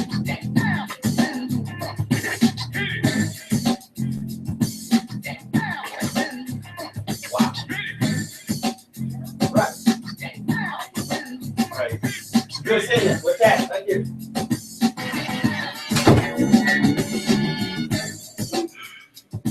Welcome back to the Roland Martin Show. Lots of folks on the phone lines. Let's go. Let's go right to the lines and see here. Kevin, New York. Kevin, you're on the Roland Martin Show. Hey, Roland, I have two questions for you. First, so what did EB say? I wasn't over here. So what did EB say? We lying about that he has created irreparable damage to the image of this country. Oh, there's no doubt that if Donald Trump is the Republican nominee, he is going to straight up embarrass America. Guys, look, world leaders, look, they gave Obama the Nobel Peace Prize because, frankly, he wasn't George W. Bush. He wasn't President Bush. That's why. That's why. Yeah, so I mean, if Donald Trump is an arrogant, don't care, trash everybody dude right now, guess how he's going to be if he's in the White House? Right. That's why I was wondering, even if, like, you know, obviously this would be hypothetical if he just said today, I'm not running anymore. Do you think that he's already just created enough damage? Because I'm sure that all eyes are watching us anyway, you know. Everyone sees what's going on, you know. Well, there you go. Yes, I was just curious to know how you felt about that. And secondly, I'm curious to know if he does get the Republican nomination, is there any chance that these Republicans that are talking against him now, will they in any way pull for Hillary or yes, the Democrat nominee? yes, but they'll do it silently. There will be some who will publicly come out, but there will be others, and I do believe that you will have a serious effort of a hardcore conservative. I do believe that you will have a hardcore conservative who might make a third party run. That was the last part I was going to ask. Maybe they would put up an independent. Yes, no, I believe so. So, you know, that's where they are. Okay. Okay. All right, great. Kevin, thanks a lot. I appreciate it. Mike in Virginia. Mike, you're on the Roland Martin Show. Hey, Martin, how you doing? Doing great. Good. We recently spoke, I guess, the two previous callers in regards to, you said some facts about Hillary voting for the bill along with. No, I didn't. No, I didn't. Hillary couldn't vote for the bill because she wasn't in Congress. Right, I apologize. I meant Bernie voting for the bill and Hillary supporting it. But it looks like we always leave out context when we mention that Bernie voted for that bill. Now, this is not an attempt to say, well, he's innocent from it. It's not an attempt to do that. But I do feel that we do have the responsibility to at least put it in its proper context. So hold on, Mike. So help me out here. So we want to put the crime bill in context when it applies to Bernie, who voted for it, but we don't want to put it in context for Hillary, who didn't vote for it, right?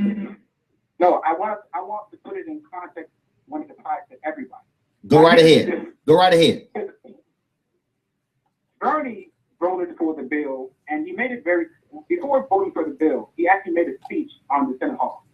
And when during his speech, he specifically spoke about how the implications and the things that will be done in result of this signing of the crime bill, how it will hurt African Americans, how it will increase the incarceration rate, and how he is viciously against that specific bill. But he has also explained that the bill was an omnibus bill that included a Violence Against Women Act that was included in the bill. Yeah, it was the largest crime bill in American history.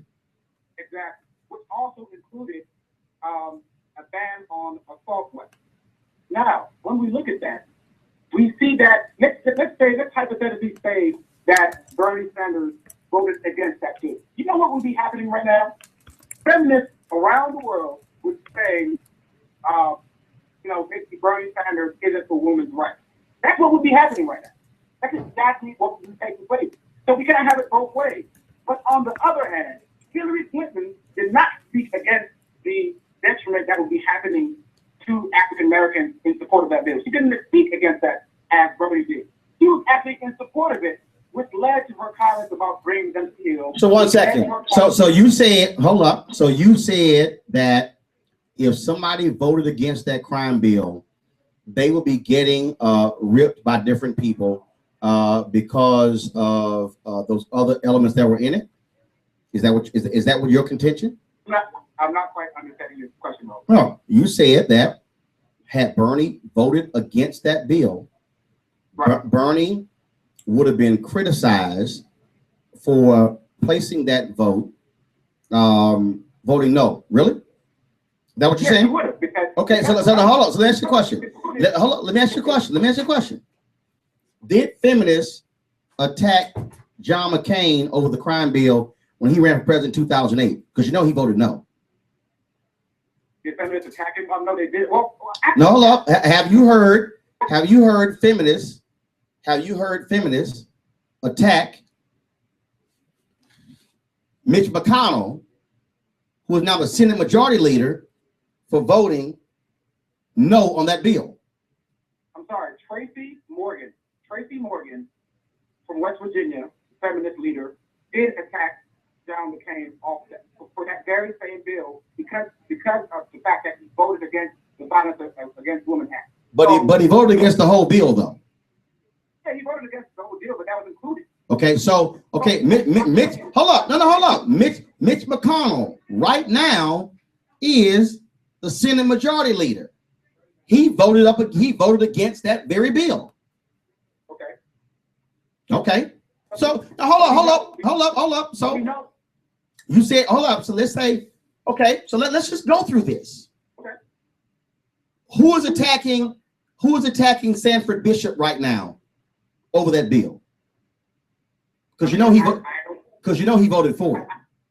I mean, he's not running for president right now. So No. See, you can't. He's not. Okay, Corinne Brown. He's not running for president, Roland. Is anybody black?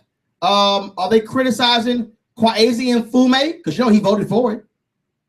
And hold up. And guess what? Wait a minute. Hold up. Kwesi and Fume, he actually went on to run the NAACP after he voted for the bill. Roland, you are ignoring the fact that none of those people you just named are running for president. Oh, so hold up. So again, see, here's my whole point here. See, folks talking about, well, you right, you wrong. First of all, I'm not taking anybody's side on this. What I am saying is, when we go, well, Hillary Clinton, she supported the bill. But you had a brother who voted for the bill as a member of Congress who later went on to run the same NAACP that was against mass incarceration, and we ain't say a damn thing. And nobody's saying that Bernie should be excluded from voting for the bill. Nobody said that. But we have a responsibility to put things in its proper context. Okay. You can't just say, well, hey, Bernie voted for the bill, so I guess you were against putting blacks in jail. Hold up. I want you to answer for me. Show me the number of black people who love Nancy Pelosi, who cheered Nancy Pelosi, who give Nancy Pelosi a hug. She voted for the bill. And she's a Democratic leader. Okay. I have not heard anybody trash Nancy Pelosi, and she voted for the bill. But, Roland, nobody's saying trash Bernie or Hillary. You're totally ignoring that. What I'm saying is we need to put things in proper perspective. You cannot say Bernie voted for the bill and that's the end all be all. What I am saying is if he would have voted against the bill right now in his position as a nominee for the Democratic nominee of the United States of America, he would be getting killed left and right from feminists everywhere. Therefore, it's a lose-lose situation for him, basically. Whether he voted for the bill or he shouldn't vote for the bill, it's either he's going to get attacked by feminists or he's going to get attacked by... And that's what happens when you vote for one of those bills. And guess what? Had Bernie voted no, Bernie could stand up and say, the reason I voted no is because I knew this was going to lead to mass incarceration, and I was right. I understand, bro. There we go. Got to go to a break. I appreciate it. Thanks a lot, Mike. We come back. I'm going to take more phone calls. 844-736-7474. 844-736-7474. This is the Roland Martin Show. Back in a moment.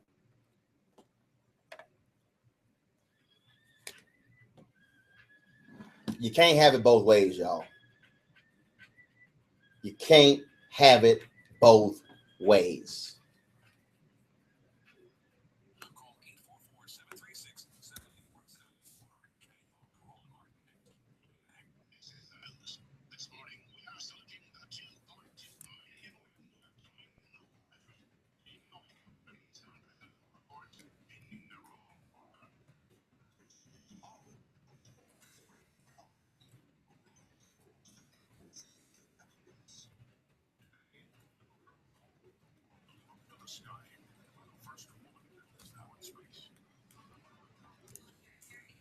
Challenge today with the trailblazing promotion of a U.S. female officer to 4-star general.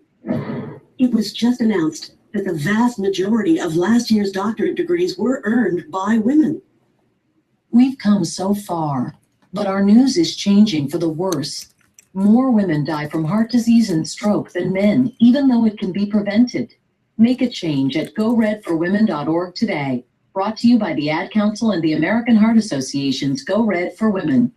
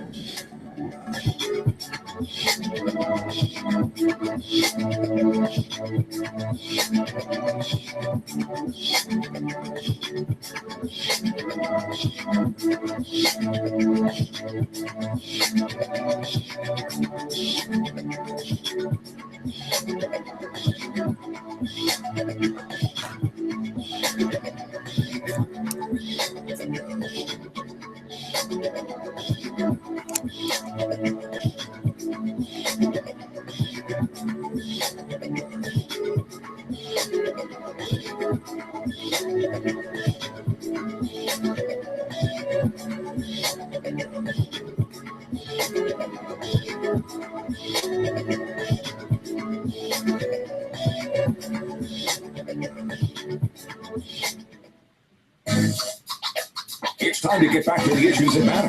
Let's get back to the Roland Martin Show.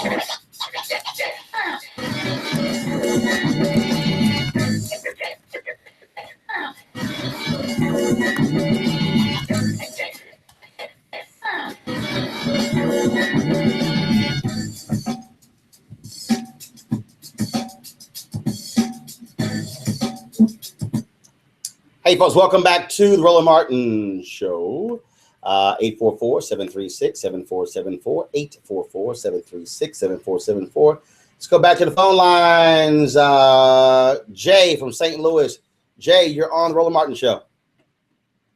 Well, I want to thank you for having me on this morning. I completely agree with the call before. I mean, yeah, with this stuff in me online. I mean, it's a video online that shows everything that Bernie has stood for the whole time he's been in office. He has never flip-flopped. He tried to help people of color his whole life. And but yet still, people still want to try to say, well, Hillary this and Hillary that. Hillary's been flip-flopping forever. Flip-flopping on what? Every position. On what? On what? No. Don't say every position. Say it. Did Obama flip-flop on that? Did Obama tell us in 2008 that he did not support same-sex marriage because of his faith? Come on, brother. You know, the only reason that everybody on this show voted for Brother Obama. No. I didn't ask why. No. I didn't ask why people voted for him. I'm asking you a specific question. No. Hold up. No. Wait a minute. Answer the question.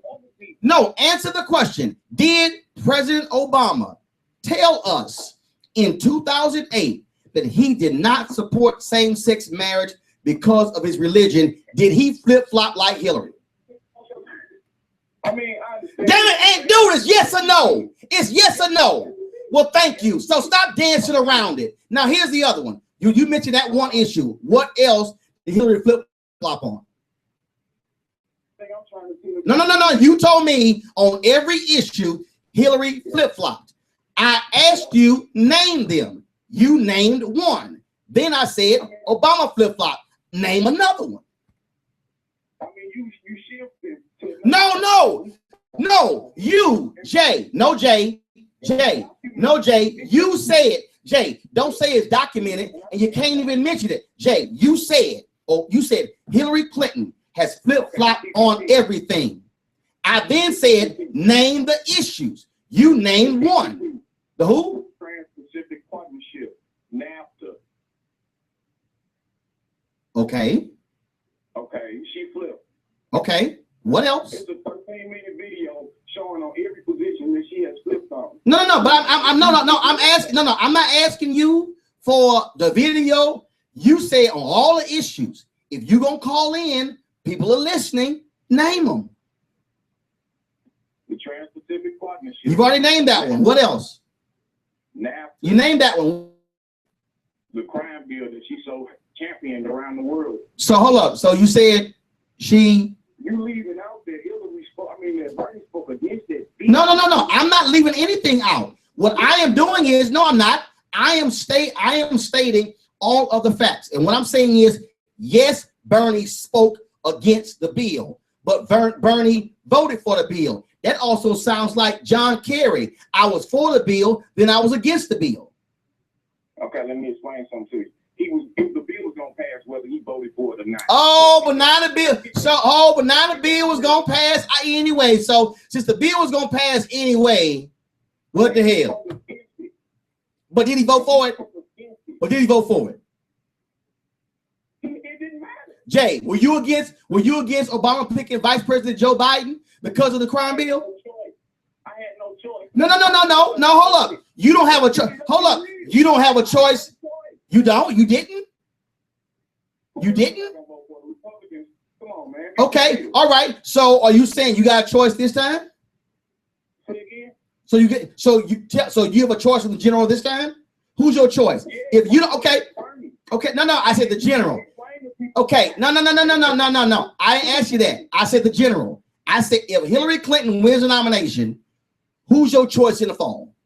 I'm right there in Bernie. Okay, fine. No, hold up. But just like you said, just like you said about that crime bill, well, I can write him in, but he ain't gonna win. Because you just said, well, the crime bill was gonna pass anyway, so I need to vote for it. Listen, okay, now I let you talk. You trying to shut me down. No, I'm not. I'm trying to offer some facts. You don't want to hear the facts. Plus, you called in talking about all the policies. Then you only named one, and then I had to force you to name two more. But go ahead. I know the facts. You just trying to beat me up because you feel like you have a bully position. No, actually, I know I'm right. Actually, hold on. What else? Documented that she a liar. You defended her every chance you get, and you wrong. No, here's what I'm doing. See this right here is the problem that you have. See, folks like you go, you defending Hillary. No, I defend facts. My deal is no. Here's the piece. No, that's a lie. That is a lie. See, here's the deal. No, here's the deal, Jay. J. First of all, Jay, if somebody calls and asks me about Hillary and they ask me a question, I'm going to answer. But Jay, here's the whole deal. You need to understand this, Jay. This is my standard rule. On this radio show, when I had my show on WBON in Chicago, a morning show, and television, if you come on my show and you don't say something that's truthful, you're going to get corrected. It doesn't matter. No, actually. She has flip-flopped her whole career. Flat out. That's true. Okay, Jay. You can't deny it, man. Okay, Jay. Trying to think, this, well, that. We know she lied. But Jay, here's what I find to be interesting. No, first, hold up. No. You said where Bernie lied? You see what Bernie lied? When Bernie was sitting here riding with the gun manufacturers. Uh-oh. So now you're trying to minimize it. Oh, now I'm trying to minimize. Jay, did Bernie Sanders, Jay, did Bernie Sanders, hold up, Jay, was Bernie Sanders as tough on gun control as Hillary Clinton? We know what Hillary was tough on. She was tough on black people. And there you go. Don't want to answer the question. There you go. Was he tough on gun control? No, here's. It don't matter. People can get a gun. Nah, see, you know what you know what? Hold up. You know what? This is the hold up, Jay. This is the second. Jay, this is the second time when you went. This is the second time when I said something about Bernie that was factual. You go, well, it don't matter. It don't matter? Really? What other issues that affect black people? The issue ain't gun control. You know that. Hold up. Hold up. Wait. Wait a minute. Guns don't affect black people? Black people ain't tripping out gun control. What black people tripping out for is minimum wage. They tripping out equal housing. Guess what? Tell that to a mama or a daddy whose son died as a result. You have lost your damn mind saying black folks not tripping on gun control. You have lost your mind. Getting a gun and dying by a gun are two different things. You have lost, but I love it. I love it how you excused it, and it says nothing to do with the issue. Are you telling me that gun control is not an issue black folks care about? Are you saying that? These guns that's being used to kill these black people are illegal anyway. So therefore, your gun control argument has nothing to do with this. Jay, you do realize. Jay, you're false. You do realize, Jay, you do. Jay, will you listen? Jay, will you listen? Jay, will you listen? Jay, will you listen? Jay, will you be quiet and listen? Yes, sir. Gun control is a broad category. Gun control is a broad space. When you say gun control, it goes beyond. It goes beyond just buying the gun. It deals with magazines. It deals with how do you change them. It deals with manufacturing. It's a broad deal here, Jay. But you don't want to accept that. And I get it. But Jay, here's the deal. This is real simple, Jay. If you come here. Okay, it's not okay. It's hold up. So wait a minute. Hold up. So you said Dodd-Frank is the what? Dodd-Frank is weak. God sits on a board of hold on 1 second. Hold on. So the first financial reform bill we had in what 30 years is weak. So you read but Glass-Steagall was repealed. I know it should have never been repealed by the Clintons. There you go. Okay, Jay, hold on. I'm going to a break. No, Jay, I'm going to a break. And I'm gonna get more on your ass when we come back on the Roland Martin Show. Call 844-736-7474 and talk to Roland Martin next. We'll be back. We got adopted. Over the years, I came to know the full story of what really happened, and she had since she was 17. I know that she wanted us to have a better life. The way she saw things going, it wasn't a good environment to raise a kid. The fact that she did that just shows how strong of a woman my mother is. To just be given a chance to be who she wanted us to be, that means a lot.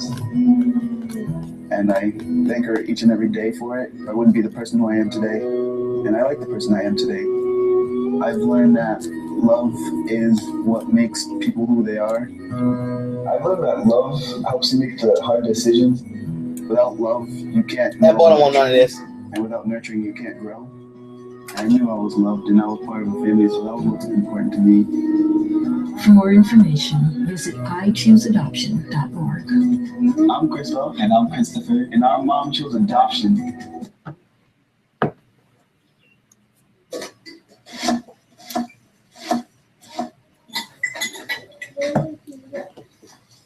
Can you tell if the surfaces in this kitchen are crawling with bacteria that could cause chronic arthritis? Listen. Can't, can you? You can't see it either. Wash surfaces, utensils, and hands frequently with soapy water while preparing food, especially when handling raw meats or eggs. Raw food may contain bacteria that can make you very sick, or worse. 1 in 6 Americans will get sick from food poisoning this year, and roughly 3,000 will die. But you can keep your family safer by cleaning with soap and water as you go. Learn more about this and other important information. Check your steps at foodsafety.gov. That's foodsafety.gov. A public service announcement brought to you by the U.S. Department of Agriculture, the U.S. Department of Health and Human Services, and the Ad Council.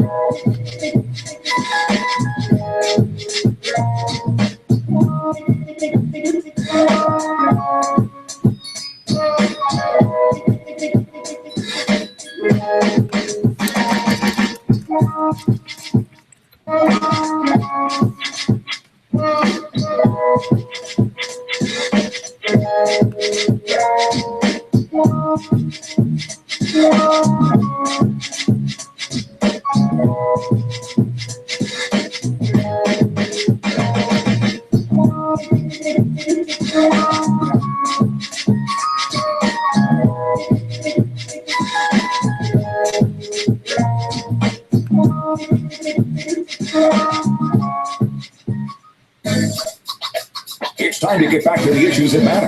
Let's get back to the Roland Martin Show.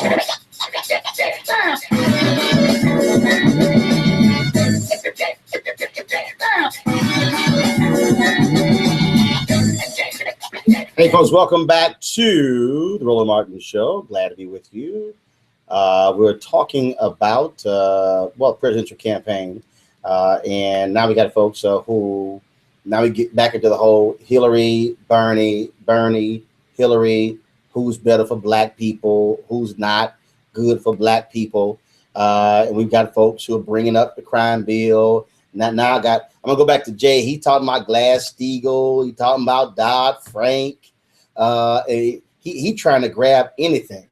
He trying to grab anything to hold on to because he's swimming upstream. But it's all good. So come on, Jay. I know you were Googling during the break. So what you got now?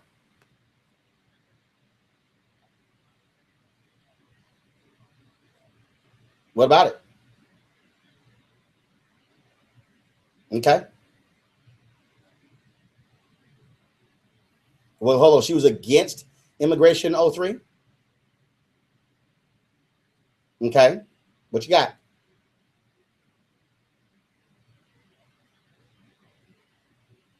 Hold on. At one point, she was for what? At one point, she was for. At one point, she was for. She was. At one point, you said she was for harsh gun control. She's not. Now she's not. Okay. Also, she was for universal health care in 08. She even said, Barack Obama, shame on you for being against universal health care. No different. And what does she say now? Now she's saying that universal health care is a no-go. And why did she say that? Since you earlier said context, why? I'm sorry. You earlier said, hold up. No. There you go, Jay. See, you're gonna start lying. See, Jay, you went a minute and 15 seconds before you lied. That's not why she said that. Why did she say it? You tell me. Jay, what she said was, we saw with the Affordable Care Act how hard it was to even get that passed. She said, I don't believe by junking the Affordable Care Act and starting over that somehow it would pass. Here's a fact, Jay. Who can hold up, Jay, who controls the House? Let me Jay, answer my question. Jay, can you please answer my question, Jay? Can you answer my question? Jay, who owns the House of Representatives? The Republicans until November. No, because guess what? The Democrats will not be regaining the House. Now, the Democrats, they not. That's how you feel? Dude, have you seen? Show me the map. Please show me the map where you think the House is going to flip. I'm going to tell you right now where the House is going to flip. All of these young and independent voters that's coming out to vote for Bernie, they're going to vote a straight Democratic ticket. No, they're not. The whole House. No, they're not. Because guess what? What you don't understand is gerrymandering has essentially, there are very few competitive districts. There are very few. The Republicans have a larger lead. Now, Jay, if you had some sense and you were reading right, you would realize that the Senate stands a greater chance of flipping than the House. I said both. But you corrected me. No, I didn't. I said the House, and you went, you don't think Republicans, you don't think Democrats gonna win the House? You do know the House. I said they're gonna win both. Well, but you corrected me and said the Senate. No, because you're crazy on the House. Ain't gonna happen. But Jay, let me ask you a question. So you think, so let me just understand this here. Okay. Because I need to know the stuff you smoking. So you think, and I'm trying to understand.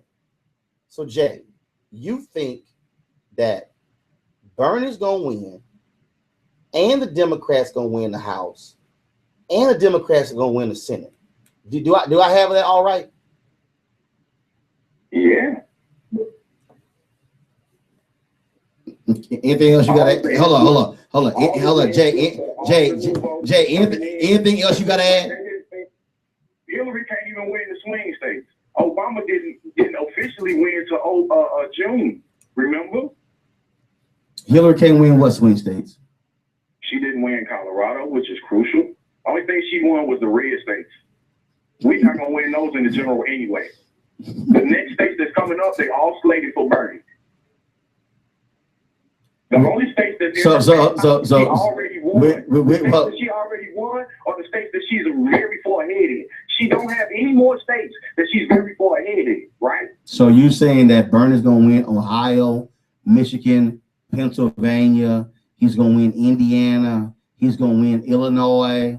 You saying he's gonna win? He gonna win. You say he's gonna win Florida.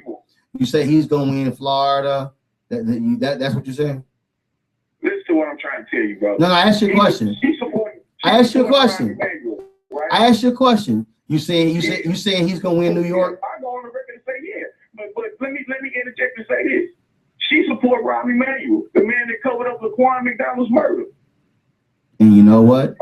And you're right. No. First of all, you're right. You're right. But you know what? Here's the deal. That ain't gonna change Illinois. Oh my God. But it's not. It's up to people like you to let people know that she's supporting that man. You know, let me ask you a question. Let me ask you a question, Jay. Let me ask you a question, Jay. Let me ask you a question, Jay. This is really interesting. Have you seen a larger turnout in 2016 compared to 2012 and 2008? Not yet. So where in the hell are all these new voters? No. Where in the hell are all these new voters you keep talking about? Where they at? Where they at? See, you listen to the Fox News talking points. Actually, I'm not. All red states. You mirroring what Fox and CNN is saying. We have only voted in red states thus far. Jay,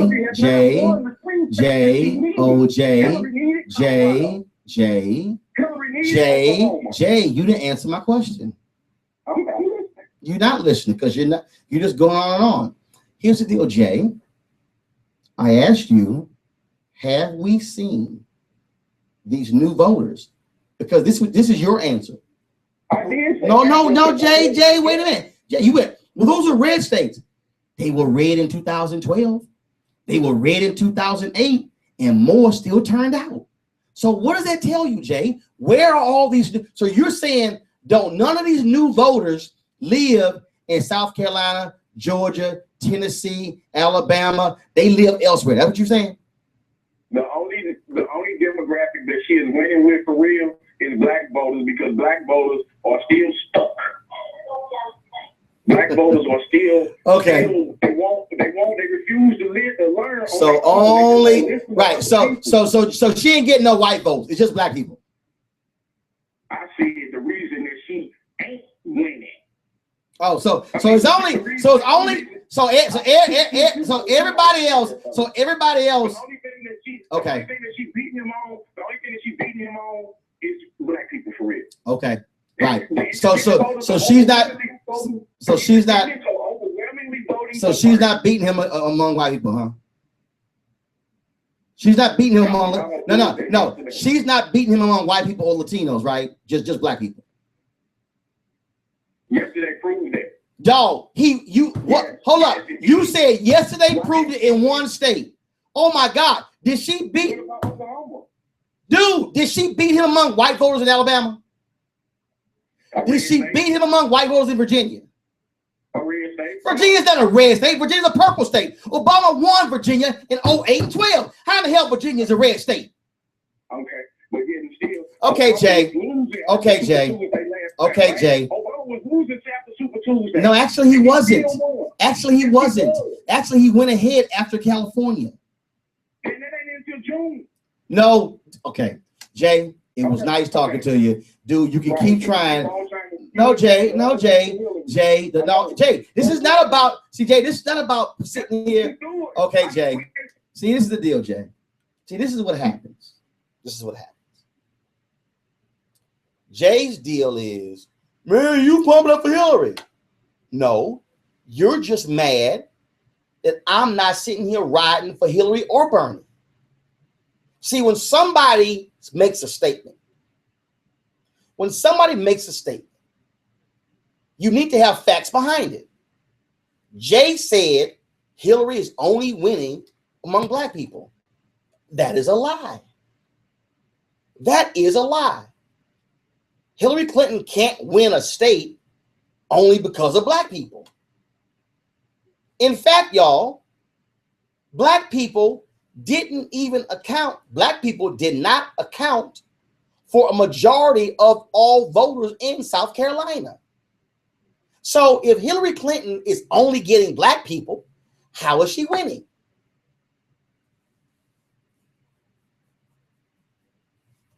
I mean, it defies logic.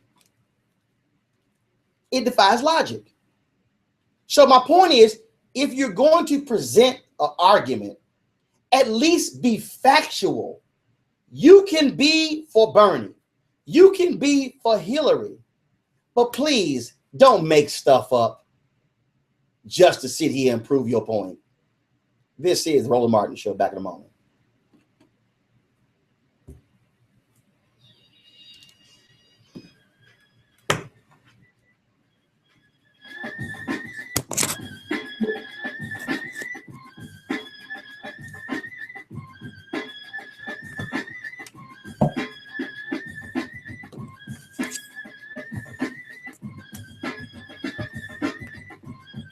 See, I just love how only black. I just love how black people are brainwashed.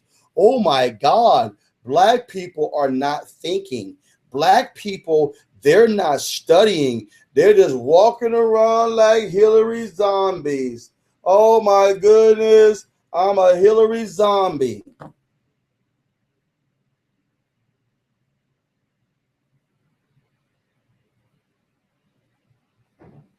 That's how stupid this is. Black people are zombies. No, black people are extremely sophisticated voters. Black people have done this before.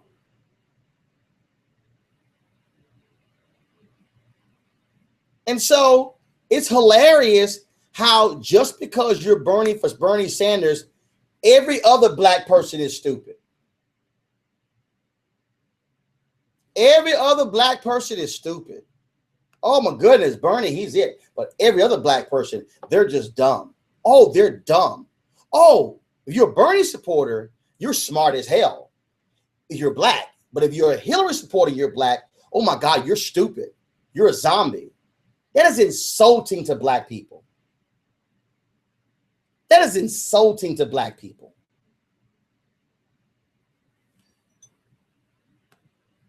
And that's what offends me.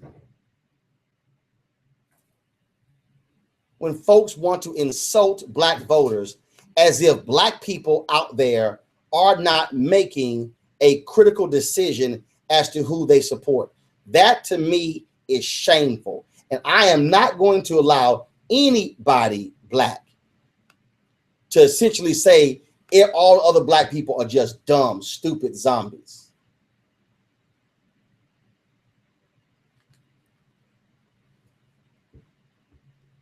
No, ain't gonna happen. Ain't gonna happen. You could try it, but ain't gonna happen.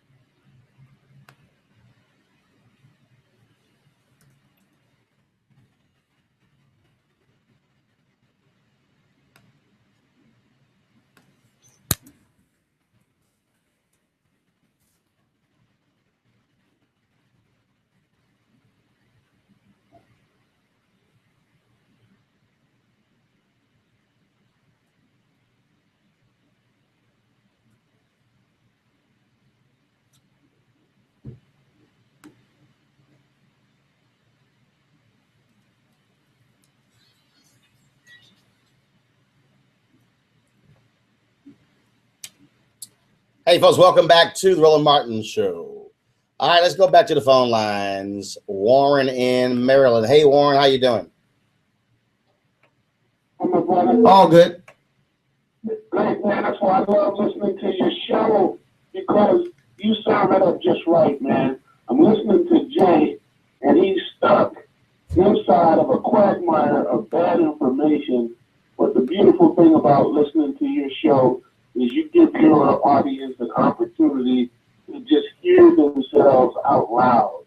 I think if Jay goes back and re-roll the tape on today's show, and he'll discover some things about himself and his thinking that is really intent on keeping us in a place. This is the way they neutralize us. If Jay's caught inside of this information that's bad, and he'll be mad when this guy doesn't win, and maybe he won't vote. Maybe he'll get some of his friends and cohorts to think like him, and maybe they won't vote. But we need for Jay to actually vote or get information. I don't think that Jay and I really saying, hey man, you're talking about Hillary as if she's static, when in reality, you know, the politics are moving, the circumstances of decisions that she made are also fluid and moving, and also she wasn't the president, her husband was. So if she becomes president, she'll be in the seat of power, will be able to make important decisions that are consistent with today's issues, even though that doesn't mean that she was perfect. And any decisions that she made in the past, but I love the information that you were giving him on her reasoning and rationale behind the healthcare situation. Well, Well, but see again, but see again though. See, but see, here's my problem. You can't call in and say, well, you got to provide context for Bernie, but then get mad if I provide context for Hillary. So again, everybody deserves, if you're going to put it in context, put it in context. But don't say Bernie deserves context, but Hillary doesn't deserve context. That to me is dumb.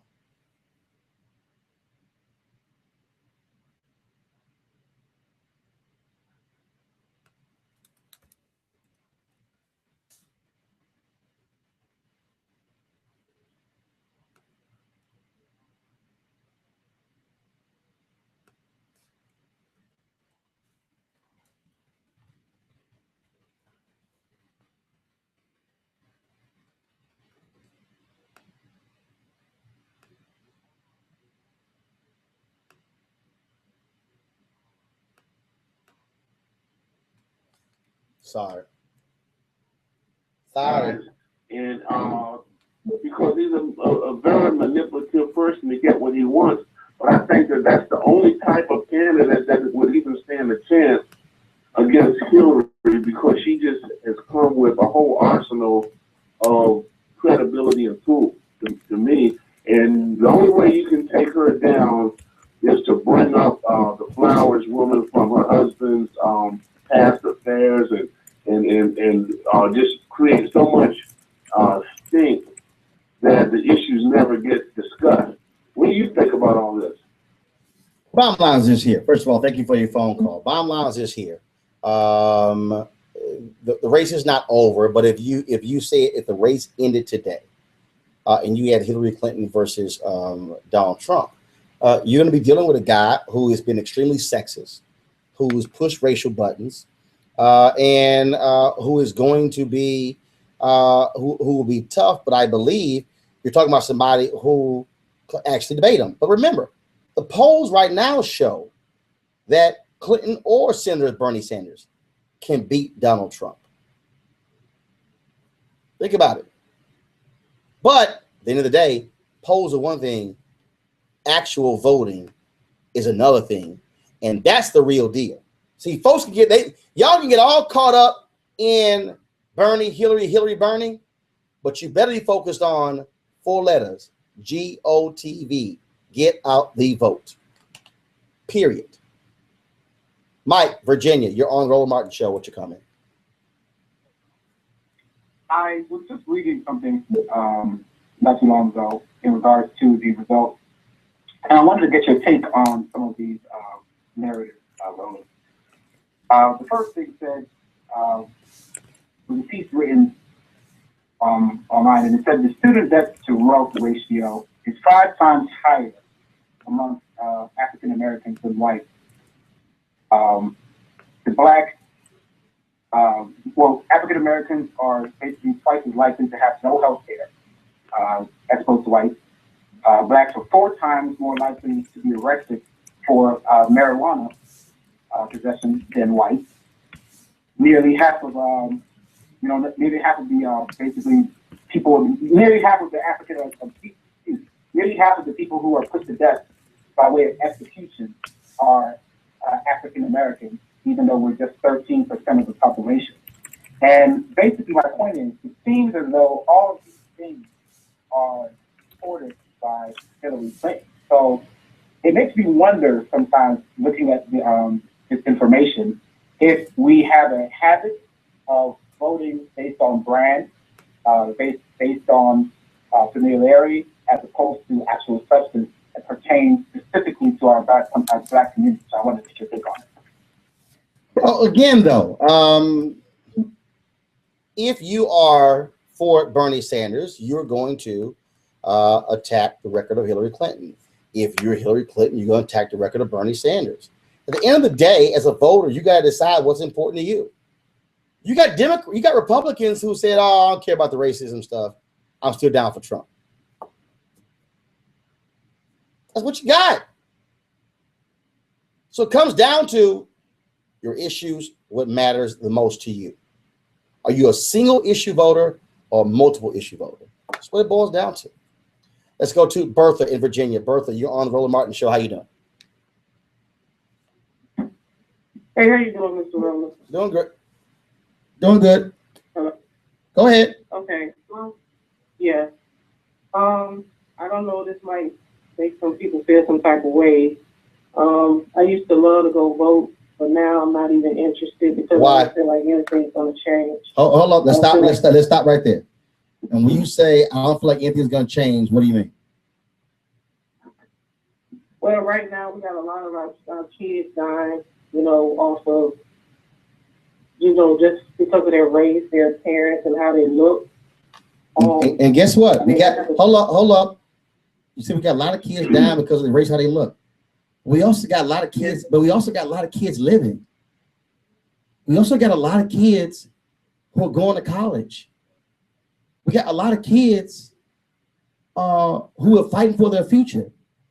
You can't give up. Bertha, you can't give up. I'm not giving up. Yes, you did. You said I don't feel like voting because I don't think anything is gonna get better.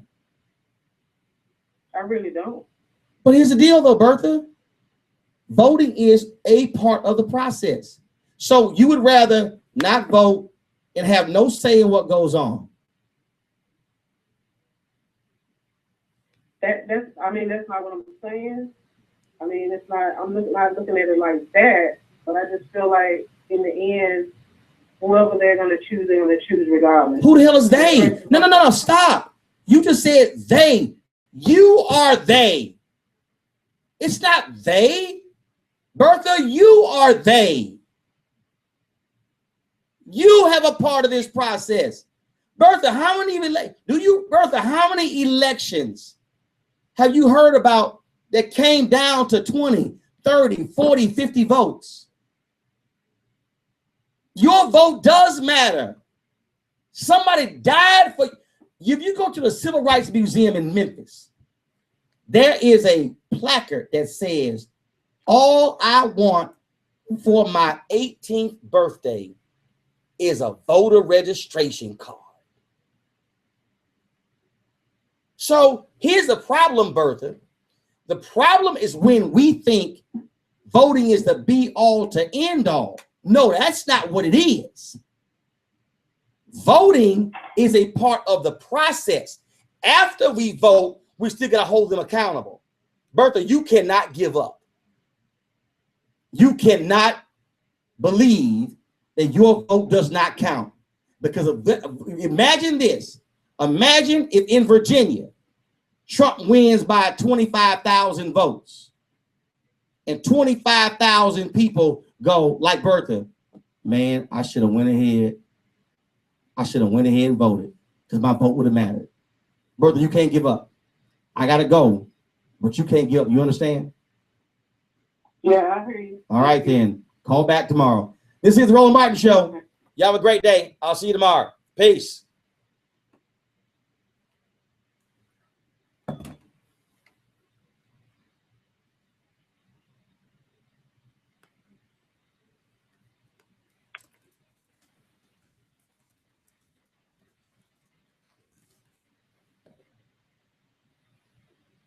All right, Facebook, holla. All right, Meerkat.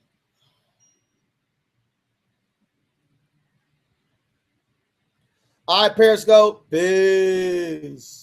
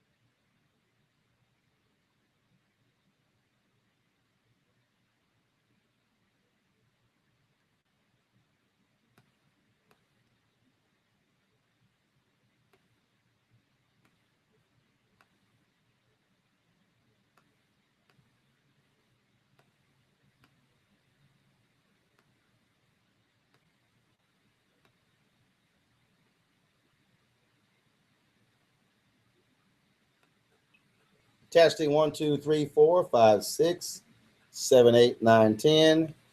10, 9, 8, 7. Why am I testing? 1, 2, 3, 4, 5, 6. 3, 2, 1. On the next Roland Martin show, the Black church, can it play a critical role in this year's presidential election? I will talk to some prominent Black pastors on the next Roland Martin show.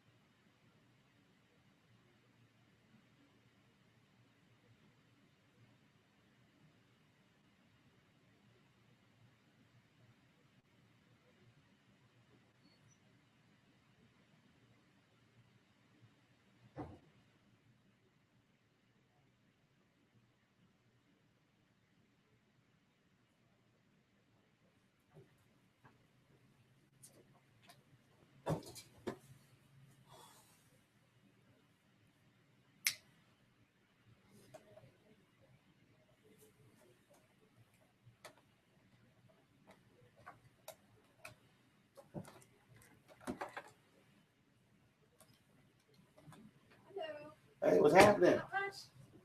Good seeing you. Good seeing you. How you doing? See you, right. Yeah, all good. All right. Take a seat. Go ahead. You could. Let me just do all this. I literally just finished radio. Yeah. You're a busy man. Well, you know, you got With the gold mic too. you got to keep it moving. Yeah. You start with a radio show. What time do you TV 7 to 8, and then radio is 10 to 1. And then you vlog and tweet. Or do that during the show. Okay. Do it all together. Yeah. So it's all good. What's happening? Not much. I just wanted to follow up on our conversation. Cool. And so there are a couple of things. So Ron handles our federal work on the Hill, and we've been pulling together a couple of events, including one where we're bringing Years of Color to DC in early April. And I don't know if there's any people coming, but we wanted to see if we could do something with that with you. And then the other piece is just kind of dovetailing on your suggestion to do some sort of contract work with you. I wanted to flesh out what that would potentially look like. I've talked to Sherman Whites a little bit. I've talked to Darrell Bradford. You know, this is not 100% in our current operating plan, but I can make room for it. But I want to make sure that it's something that you're willing to do and something that gives us the greatest bang for the buck, so to speak. Well, there are. First of all, let's talk first about the April event. So exactly what is it? So April 11th and 12th, we're bringing about 10 Black and Latino leaders of